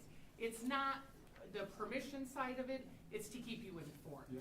It's to let you know, but we can't put that on there yet until we're able to get, like she said, to ensure we're doing what's right by kids. And we don't wanna jump because we had to have it ready by December 11th. Yeah. That's not right by them, so. You can move. Sorry, you guys know I talk too much. All right, you can just go on to the next one, Celeste, that's just an intro. So every year as part of Senior Year Plus, which is one of the other pieces of legislation that I am responsible for, I bring to you a list of our concurrent classes. So these are our college classes that our students are able to enroll in, some of them in our building, some of them over at the college, some of them online. So you will see all of those, and this is my proposed list for 25-26. In being a proposal, I took the liberty of just a couple of adjustments, otherwise it's the same as always, but you'll see on there the Bio 163. I took off those other 2 anatomy and physiology classes. I have those 2, or that one placed on there, and then I also, I left the welding classes on here because I want to continue that conversation. So the welding classes are still here. You'll see them at the end and a couple of mixed throughout, but those are on here to be talked about later. All right, everyone pick what class you want to audit, and let's get you in there. I'll take you. We can't pay for auditing though, so. Do we need any action? I have a question. Yeah. For Christy, real quickly, these new classes, is there curriculum already purchased? Is there a budget to purchase this curriculum? So all that was in the kind of the course proposals listed, so a lot of times when we have that, I know for the anatomy, since it's a change, we're working with the current vendor to see if we can use the same license we have, just kind of switching up the book because they're ebooks. And then they'll kind of write, curriculum, over the summer through curriculum writing. So, I think Family Consumer Science might have a book. Yep. That would need to be, but as far as the physics and the chem, we have everything, so no changes So there. no new curriculum purchases then? Just the book for Family Consumer All right, Science okay, for the most all part. right, thank you. All right, thank you, ladies. Thank you. Appreciate it. Thank you. Thank you. All right, transitioning to 5.04. I will make a motion for 5.04, approve the October financials as presented. Second. All right, that's Mr. Kurt Pratt of the Cary. You know what that means? It's another Bulldog financials night. So, Celeste, you want to click on the second attachment there, please? So, since I moved into this role, it's been in the back of my mind that I wanted to update our format for our monthly reports. So, this is the first crack at it. It's a work in progress. So, I will be happy to field comments about improvements you'd like to see. So I don't have to do that right now during this meeting, but just wanted to convey that. So this is our general fund report. There's a little more detail in the general fund than there are in the other funds. The revenue side, the line items are pretty self-explanatory. Most of those you can tell what they are based on just what they say. The expenditures I found to be a little bit confusing. So on the notes file, which is the other file, but you don't need to click on that, actually gives the details. So instruction being teachers, special ed, salaries, benefits, things of those nature. Student support services are like guidance counselors, nurses, some things like that. I encourage you to read the notes part because it has a better full description of what those are. These are more indicative of the CAR report that we submit every fall. And so that it sort of lines up better with that. So when we come to that discussion, we'll at least be more familiar with how we've been tracking in those realms. And I say thank you for that. Yeah, no, it's. So general fund, we got a property tax payment. So we had large revenue this year or this month for October. And expenditures were right in line with what they should be. So we appreciate the property tax payment, David. Although I did pay my taxes. If you want to go on down a little bit less, so then these graphs just show some revenue and expenditures, then the monthly gain and loss, and similar for some year-to-date numbers. And then the one just off the screen to the side just shows the monthly account balance for the general fund. So for October, we ended just over 19 million, which will go down as we move throughout the course of the year. And then it'll go back up again at another time, but then it'll go down again. So hopefully this is a good start to a change for the monthly financial reports. And then the other funds, if you want to scroll to the next slide, Celeste, they don't have as many line items associated with it, either from a revenue or from an expense account. So you can see for the activity fund, there's only 3 real things that have any revenue coming in, 3 categories that have any revenue coming in, then expenditures, or really only supplies and equipment, some other miscellaneous stuff. So on these funds, I did put what the prior year month-end fund balance was, so you can see where we compared to the prior year. So you can see for the activity fund, we're actually down in the neighborhood of $100,000 of our position from where we were a year ago. Going down to the management fund, Celeste. Management fund, we kind of had that one big expenditure in July, which is our property and liability and all that insurance. So we don't have a lot of expenditures that come out of that the rest of the year. Go ahead, Celeste. Save fund, this is the 1 cent sales tax. We're down from last year in terms of the fund balance, but that's mostly attributed to the Edison project, and we're nearly paid off with that. So that fund will start to build back up over the course of the year. And then going down, Celeste, PEPL fund, held the account balance there, so I think we refer to that as our rainy day fund for certain things if we needed it to be. And then nutrition services fund, again, this one's all based on federal reimbursements for meals and kids paying for meals and all that stuff. So they have a very healthy account balance, and actually we'll be looking to come forward in the next few months with an option to spend some of that down Any questions on October financials? No, I'll just echo what Richard said. I appreciate this, you know, putting it together the way you've done right here. It's a little easier to follow and see what these numbers mean, I think, so appreciate that. Thank you. We appreciate the feedback. Roll call, please. Director Larkin? Yes. Director Lynch? Yes. Director McGivern? Yes. Director Smithson? Yes. Director Castro? Yes. Director Champion? Yes. Director Furphy? Yes. Motion carried 7-0. Before we go to 5.05, I just want to ask, if there are people waiting, should we move the 8 level items up and then come back and pick up where we are, or should we just continue and get to that when we get to it? I think we're probably got about 10 minutes We here. have staff here, we need to get through this. Okay, Yeah. I wanted to ask, and I'm fine with either answer. All right, 5.05. I'll make a motion to approve Reagan Mechanical's bid of $319,799 for the Hoover Elementary chiller replacement, and that's $319,799. I realize I should probably specify that amount. I will second it since you specified. There that you go. already, yes. I will second it. Any questions on this? It was under budget. We had, I think, just over 400,000 budgeted, so. And it seems like bids are starting to come down a little bit. They're starting to get more reasonable. That's good.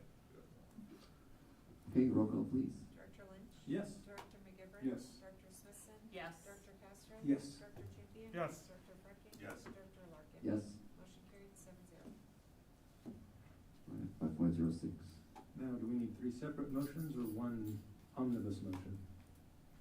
One, you can do one. I move that we approve the Pebble expenditure budget for 2025-26 as presented, and the budget of $1,191,825 for BHS Building D roof replacement from SAVE funds, and to approve the budget of $864,810 for the BMS pod building roof replacement from SAVE and Pebble funds. I'll second it, I'm Wait, sorry. what section is the pod building? I was gonna ask the same question. Pod billing is everything from student services back. So that's nothing we're looking at. Nope. Okay, perfect. Yep, no, I wouldn't do that too. And of the leaks that we experience, this will help? This has had some leaks over its lifespan. Okay. Yes. But is it gonna fix the areas we deal with? No, because that part just needs to go away. All right. It's incremental progress It here. is, and we are. And we've got some stuff to bring back in January about that progress. Good. So we're moving forward. Okay, roll call, please. Wait, no. I would like to hear you highlight the keys in the. I mean, are there specific things you have questions about, Richard, or, I mean, it's all here printed out. Yeah, and I looked at it, and are there any major variations from prior years that you think are worth noting? I'll highlight the 3 things that I would say are different and rotational. So we're going to do another classroom locker bay. We just trying to make more useful space in the high school. I'm hoping $110,000 is enough to replace the flooring in the lobby gym, which is original to the building. Talking about the. Then my other one that the 2 other ones I would talk about, the sound system at the football field is also in dire need of some work. There are 5 speakers there and only 2 of them work. I hadn't noticed. And then the HVAC system in the library at Hoover needs to be replaced. And so those are the not normal kind of one-off things that this budget proposes. Well, good to hear first downs more often. What is the service center equipment rotation?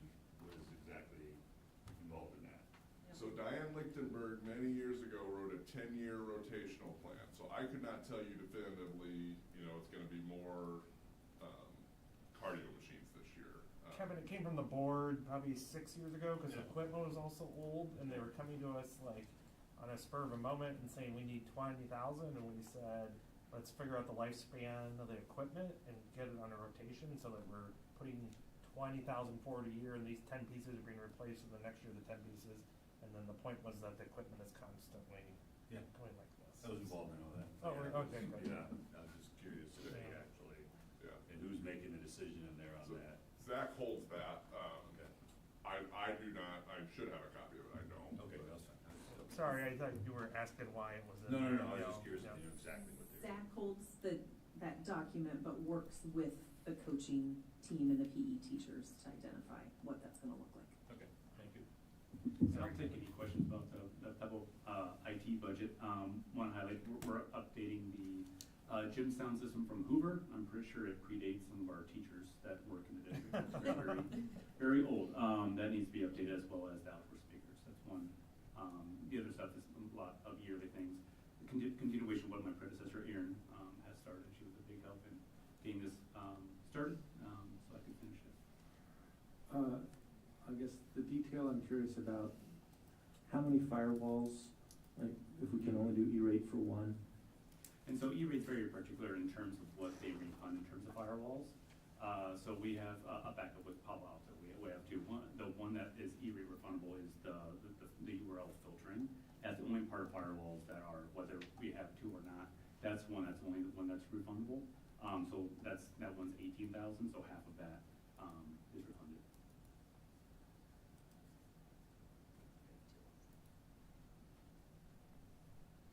All right, Questions? good. Awesome, thank you. Okay. Richard's good. Okay, all right, roll call please. Director McGivern? Yes. Director Smithson? Yes. Director Castro? Yes. Director Champion? Yes. Director Franking? Yes. Director Larkin? Yes. Director Lynch? Yes. Motion carried 7-0. All right, 07.07. Okay, this is also Oh, me. we need a So, motion. hold up. Yeah, One sorry. second, we need a motion. I move we approve the MetroNet bid to serve as the school district ISP beginning July 1, 2025. Second. Okay, thank you. I appreciate that. Do you want to please, Celeste, click on the first one on the left there. The one on the right is a summary. You may click on that if you want to. The AEA has been providing us through IP Pathways our internet. We have dual internet for reliability. Through IP Pathways to AEA, we've been getting internet through them for the majority of our needs. The services through the AEA are changing, as you guys know. So we put out a request for proposals for our ISP. We got 6 proposals. We used an evaluation system where cost was the most heaviest weighted factor. But looking at all the other factors you see on the right-hand side, the additional metrics, MetroNet came out as what we would recommend to be our vendor. It was pretty clear. You just look at the size of the quote. They sent us a 26-page, very detailed quote of what they would service for us, and they adhered to all the requirements that we listed or I listed in the request for proposal. The other 2 that were also lowest gave us a 1-page quote that did not include all the details that we wanted. The biggest being a turn-up test, which we would require in the RFP, the request proposal, turn-up test to test the service in June before service would start in July. They did not offer that service. All the details are there. Maybe click on that document on the right. Like I said, that kind of lays it out as well. I'll take any questions about that process. I know I like what you did here. I like best value over lowest bidder. And the 5-year, is that industry standard for something like this? We asked for a variance in contracts. And so MetroNet gives us a 1, 3, 5-year option. The 5-year option also gives us an option to add on a year for the same price. We opted for the 5 just for a better price. We know MetroNet, talking to other districts, and it's a very reliable vendor. So we were comfortable with the 5-year. Okay, thank you. I don't see the number anywhere in these documents. Yeah, the number for this, so remember it's E-rate refundable, we qualify for 50%. And so it's $900 per month, and so it's $10,800, but we would only pay half of that. And it is, in our contract, when you look at E-rate, you have 2 financing options. One is SPI, one is BEAR. SPI means that they take care of the half of the E-rate, and so they only charge us half. BEAR, we pay the full and get refunded. I included in the contract that I would like to do SPI so that they can just charge us what we owe, and that's what is in the contract.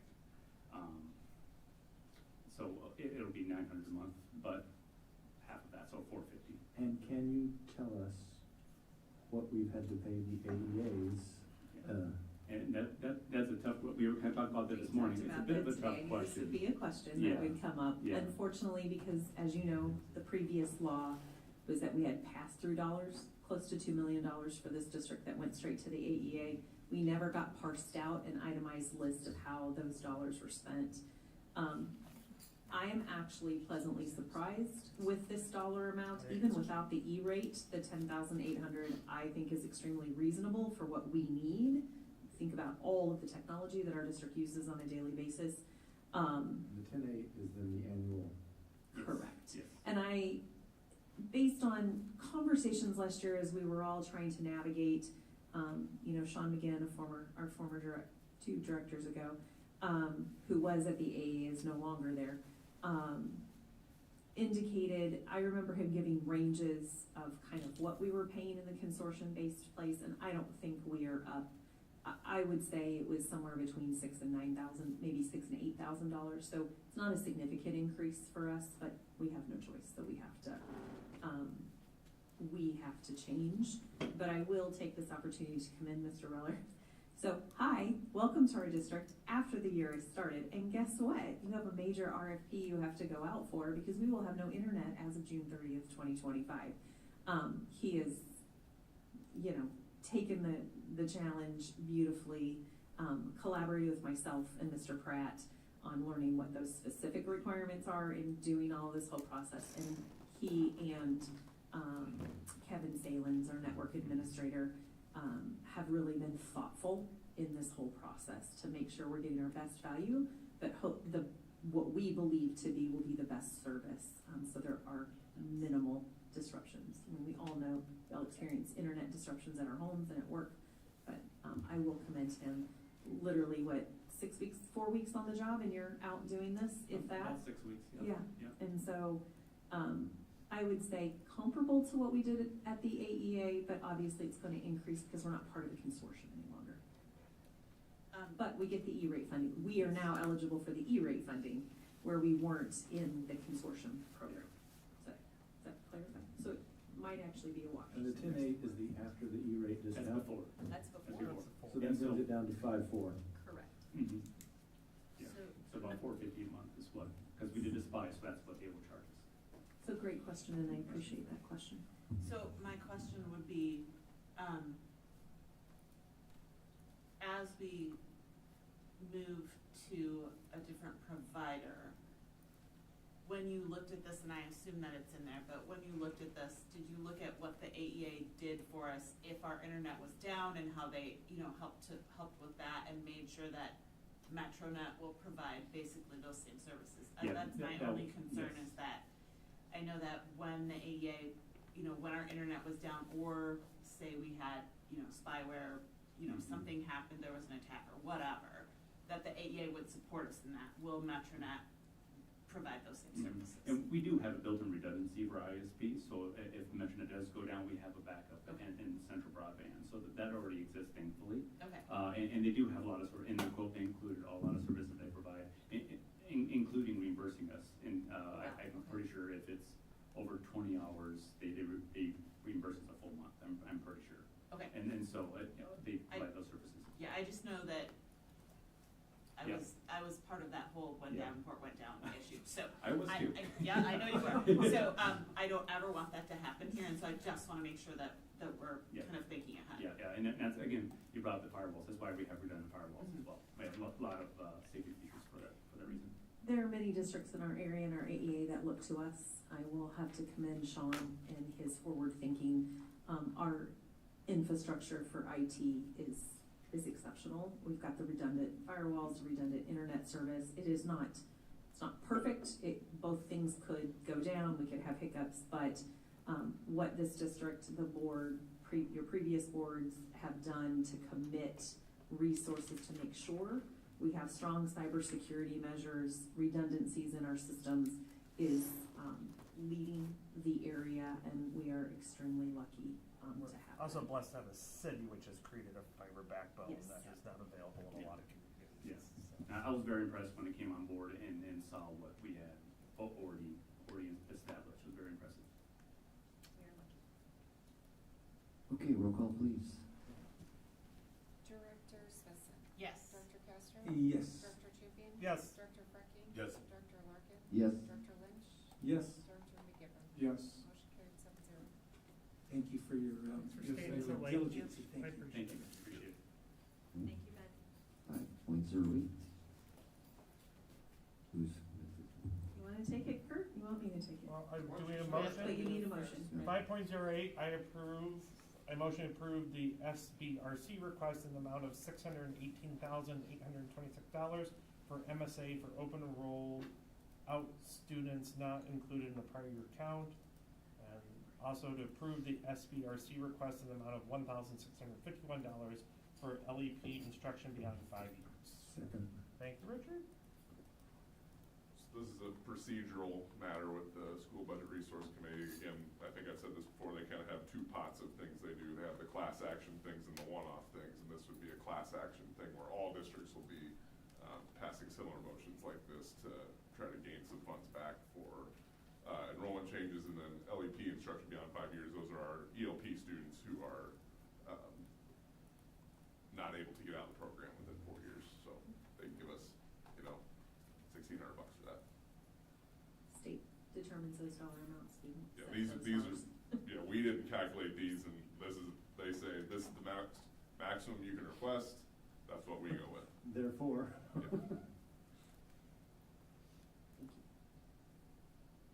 All right, roll call, please.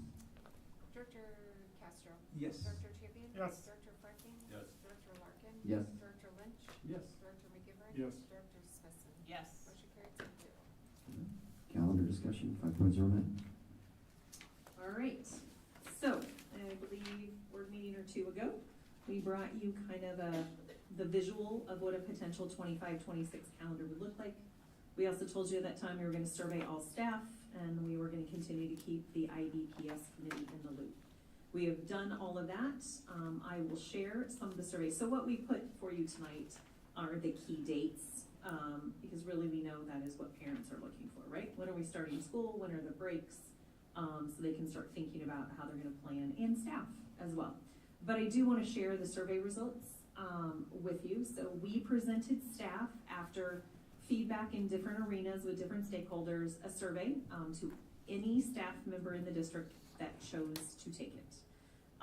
We had a 30% response rate, which from an industry standard, if you can get 20% on a survey return, you are doing that's like the kind of the industry gold standard that you want to hit. So we hit 30. Do we want more? Of course we want a higher percentage, but every staff member had the opportunity to review the 2 calendar drafts and respond to it. The first question was basically, which draft do you prefer? So draft A, both calendars would start on August 25th, because as you know, per state law, we cannot start before August 23rd. Well, August 23rd is a Saturday, and I am pretty sure families, students, and staff would not be happy if we chose to start on a Saturday. Calendar A would end on June 4th of 26, and calendar B would end on June 5th of 26, one day later, because in version A, for the all staff welcome back week of PD that our staff their contract says they will work those 5 days of PD, they are paid for it. In calendar A, we gave them the option of working all 5 days, having your weekend, and starting with students on a Monday. Calendar B, they were given the option to do 4 days of PD, have a 3-day weekend before they start with students on Monday, and then end 1 day later on June 5th.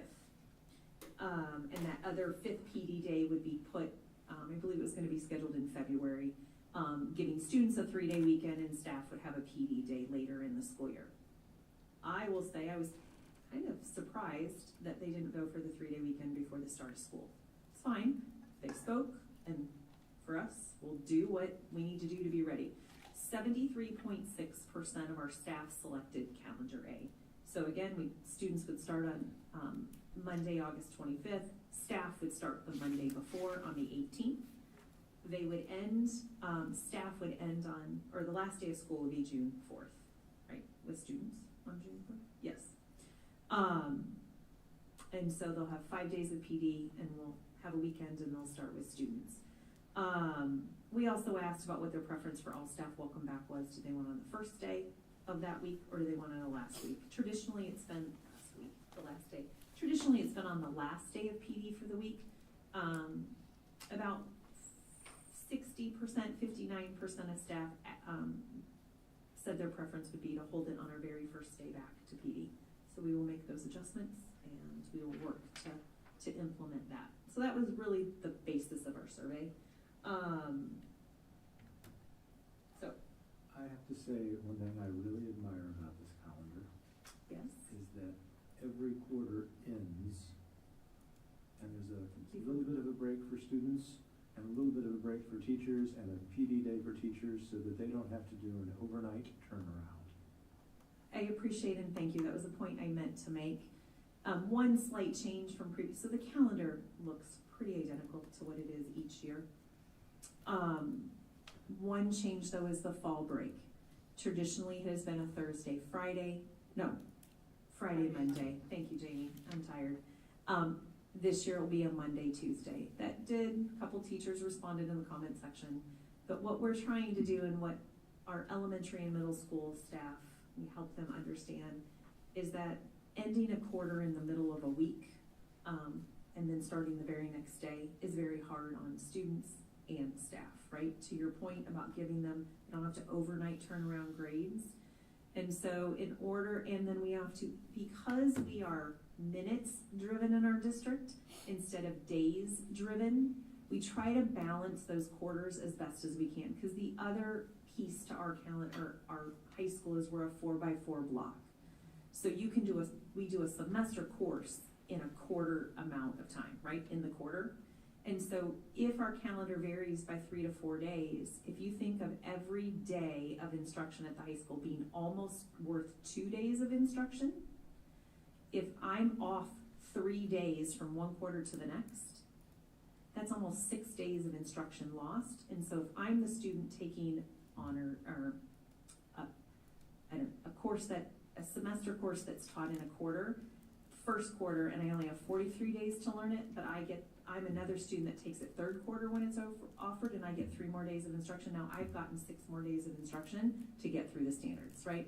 And so that we have worked really hard with our high school teachers. This is where we give some preference, not in a bad way, but this is where those grades count, right? And so to help students make sure they have maximum time to learn, and the staff not feeling so pressured to teach the same content in less time, this year it balanced in order to be able to end towards those end of the weeks, have some natural break. Fall break will fall on a Monday, Tuesday. But I like it because it was driven in how do we make sure we're maximizing instruction. So, great question, or great comment. Thank you, Richard. Did I miss anything, Jamie, on the calendar discussion? Any other questions? So then in January, we'll have approval. In January 15th, we'll bring it back for a hearing, because by state law, we have to do a hearing, and then you will take action on the calendar to accept it, hopefully. Very good. All right. 5.10, second and final reads of policy. I move we approve the policies as presented in 5.10. Oh, second. Nice touch. I just want to note that the agenda does not list an action item. Just says discussion. I would suggest that we defer these to the next You're right, meeting. I did not catch that. Thank you. Sorry. There will be a whole batch on next meeting. I will withdraw Sorry. my motion. I'll withdraw my second. Oh, wait. Did you have something? The two have to be approved It's the, For the state audit. for the state audit. We knew they were gonna be coming up. I mean, second and final read to me says, this is when we're voting. And the category says informational action. I think if someone made a motion. I made a motion, I can unwithdraw it, and my motion is still on the floor. Do we have a second? We did have a second. So, I'll second. what's your concern, Director Champion? it's not posted as an action So item you, under type and are we at discussion. risk of a complaint? I have Is no that- idea. No idea. I've never seen We something have not an attorney in listed. the audience now. No. Nikki? I agree, traditionally get a complaint, but are they controversial? I don't know what they're about. I don't think they're controversial. Then I doubt you would have. Yeah. You could just redo it again the next meeting just to make sure and put it on there, but I don't think it's necessary. All right, I think That's a reasonable, we pass it now and we loop them back in January. Bring it back, third and final was there a state audit thing we needed to have them done by? Yes. Yeah, so let's just do it. I think the risk is low on this, yep, The risk is higher if you don't. probably so. All right, let's have a roll call, please.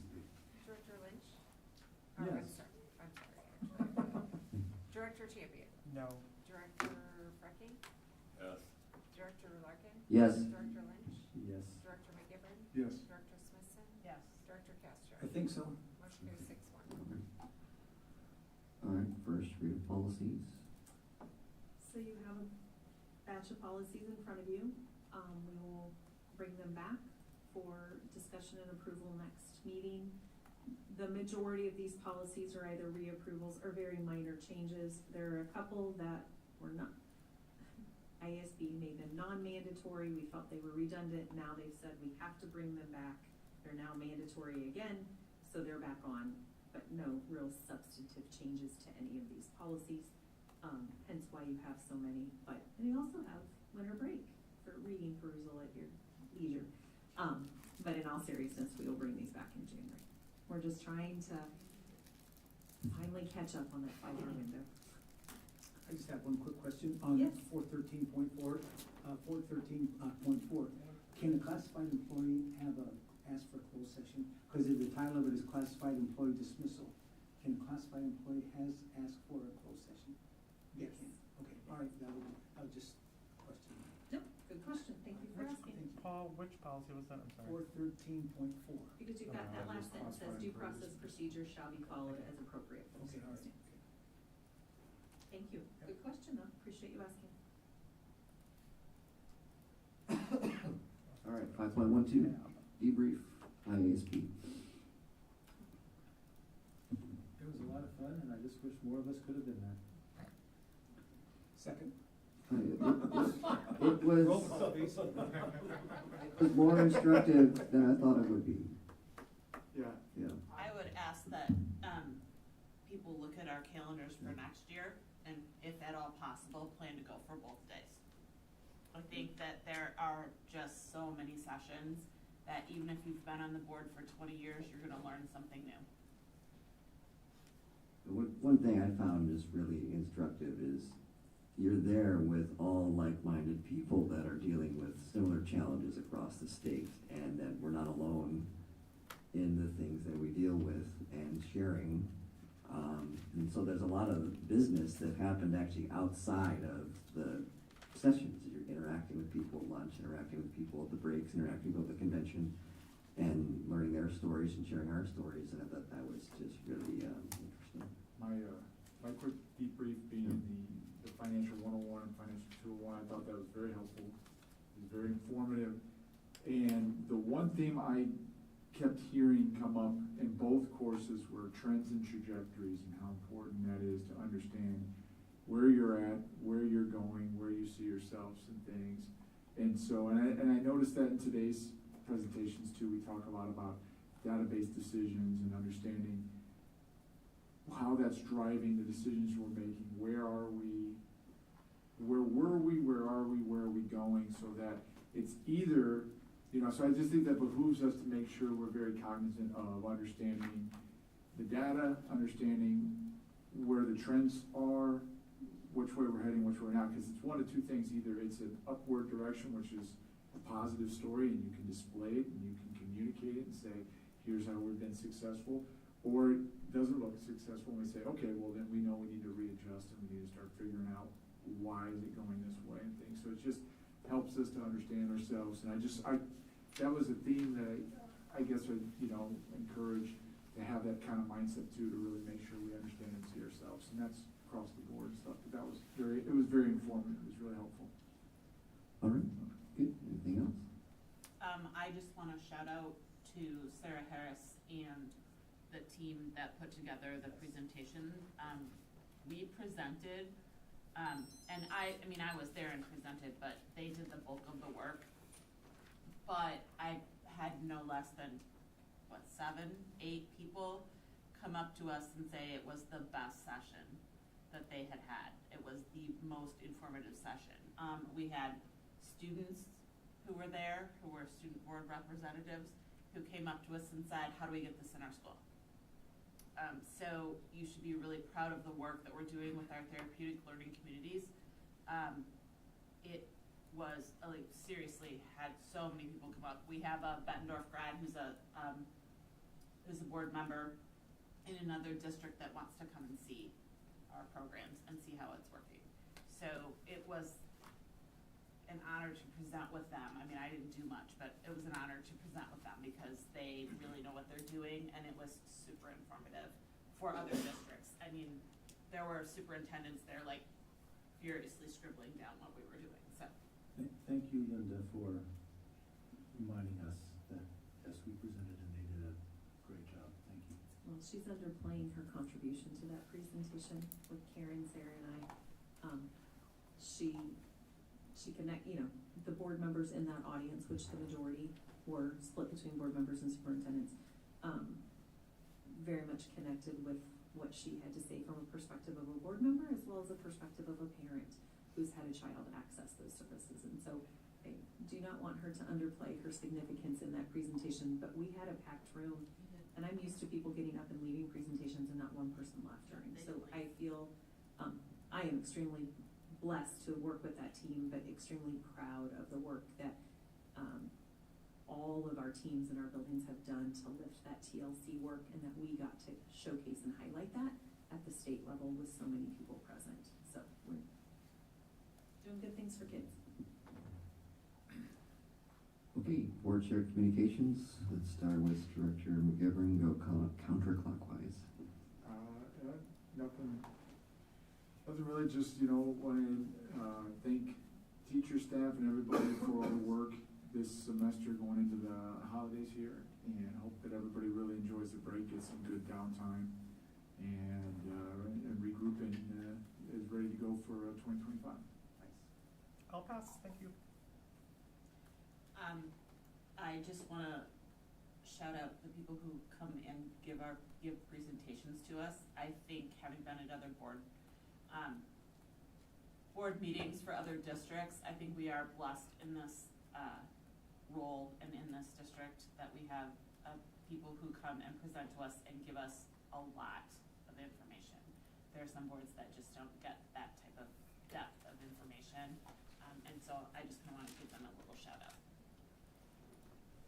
I want to shout out, I was at the Optimist Club Award Ceremony at middle school and the Wayne Sheremy Award at middle school, and all those kids there are very deserving for their awards, and shout out to them. And then we visited Edison last week, and Mr. Blackwell and his staff, the pride and passion that they have is impressive, what they do over there, and we're very lucky to have them in our school system.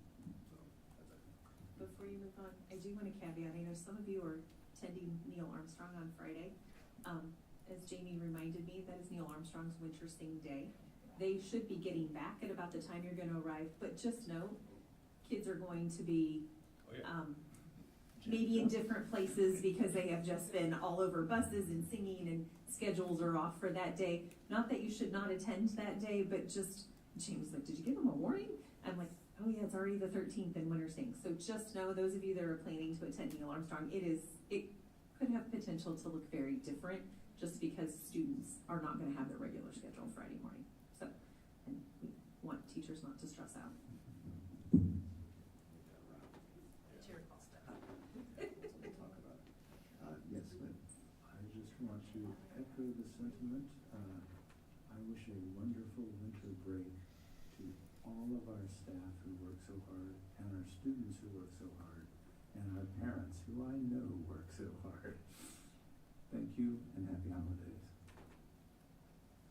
I also attended the Wayne Sheremy Awards with Kevin Frecking, and it was impressive to see all the nice awards those great kids got. It started at 7 o'clock. I had a semi-alarm the first time in 13 years, I think, but I was there at 7 o'clock, so it was a great ceremony. All right, heading into the next legislative session, as a supplement to what we've already submitted, the superintendent and I will be working on a note to our legislators on some ideas, some mismatches on our competitive edge to sharpen that up. That's a passion of mine, sharpening our competitive edge. And then also some ideas on increasing our staff attendance. We'll be forwarding those ideas to them as well. We'll get a copy to you guys in Friday Facts, what went out, but we're gonna get in front of that. Then, when we go to IASB Day on the Hill, it's a nice follow-up to say, what have you done on our inputs for legislative session? And to kind of hold them to account of things that we want here. So that is coming up. All right, 7.01. No, hold on. This is, You've got a ways to go before so we there's follow the that. 2029 ISB Day on the Hill. That would be if we can, you guys can work your calendars out, we can go. I will plan to be there. I will also be at the concert tomorrow night, high school, if anyone wants to join me. Okay, and now the final one. Motion to adjourn. No. No? I move that the board enter into closed session to conduct a hearing to suspend or expel a student pursuant to Iowa Code Section 21.5 sub 1 sub E, and to review and discuss records that are required by state or federal law to be kept confidential as allowed by Iowa Code Section 21.5 sub 1 sub A.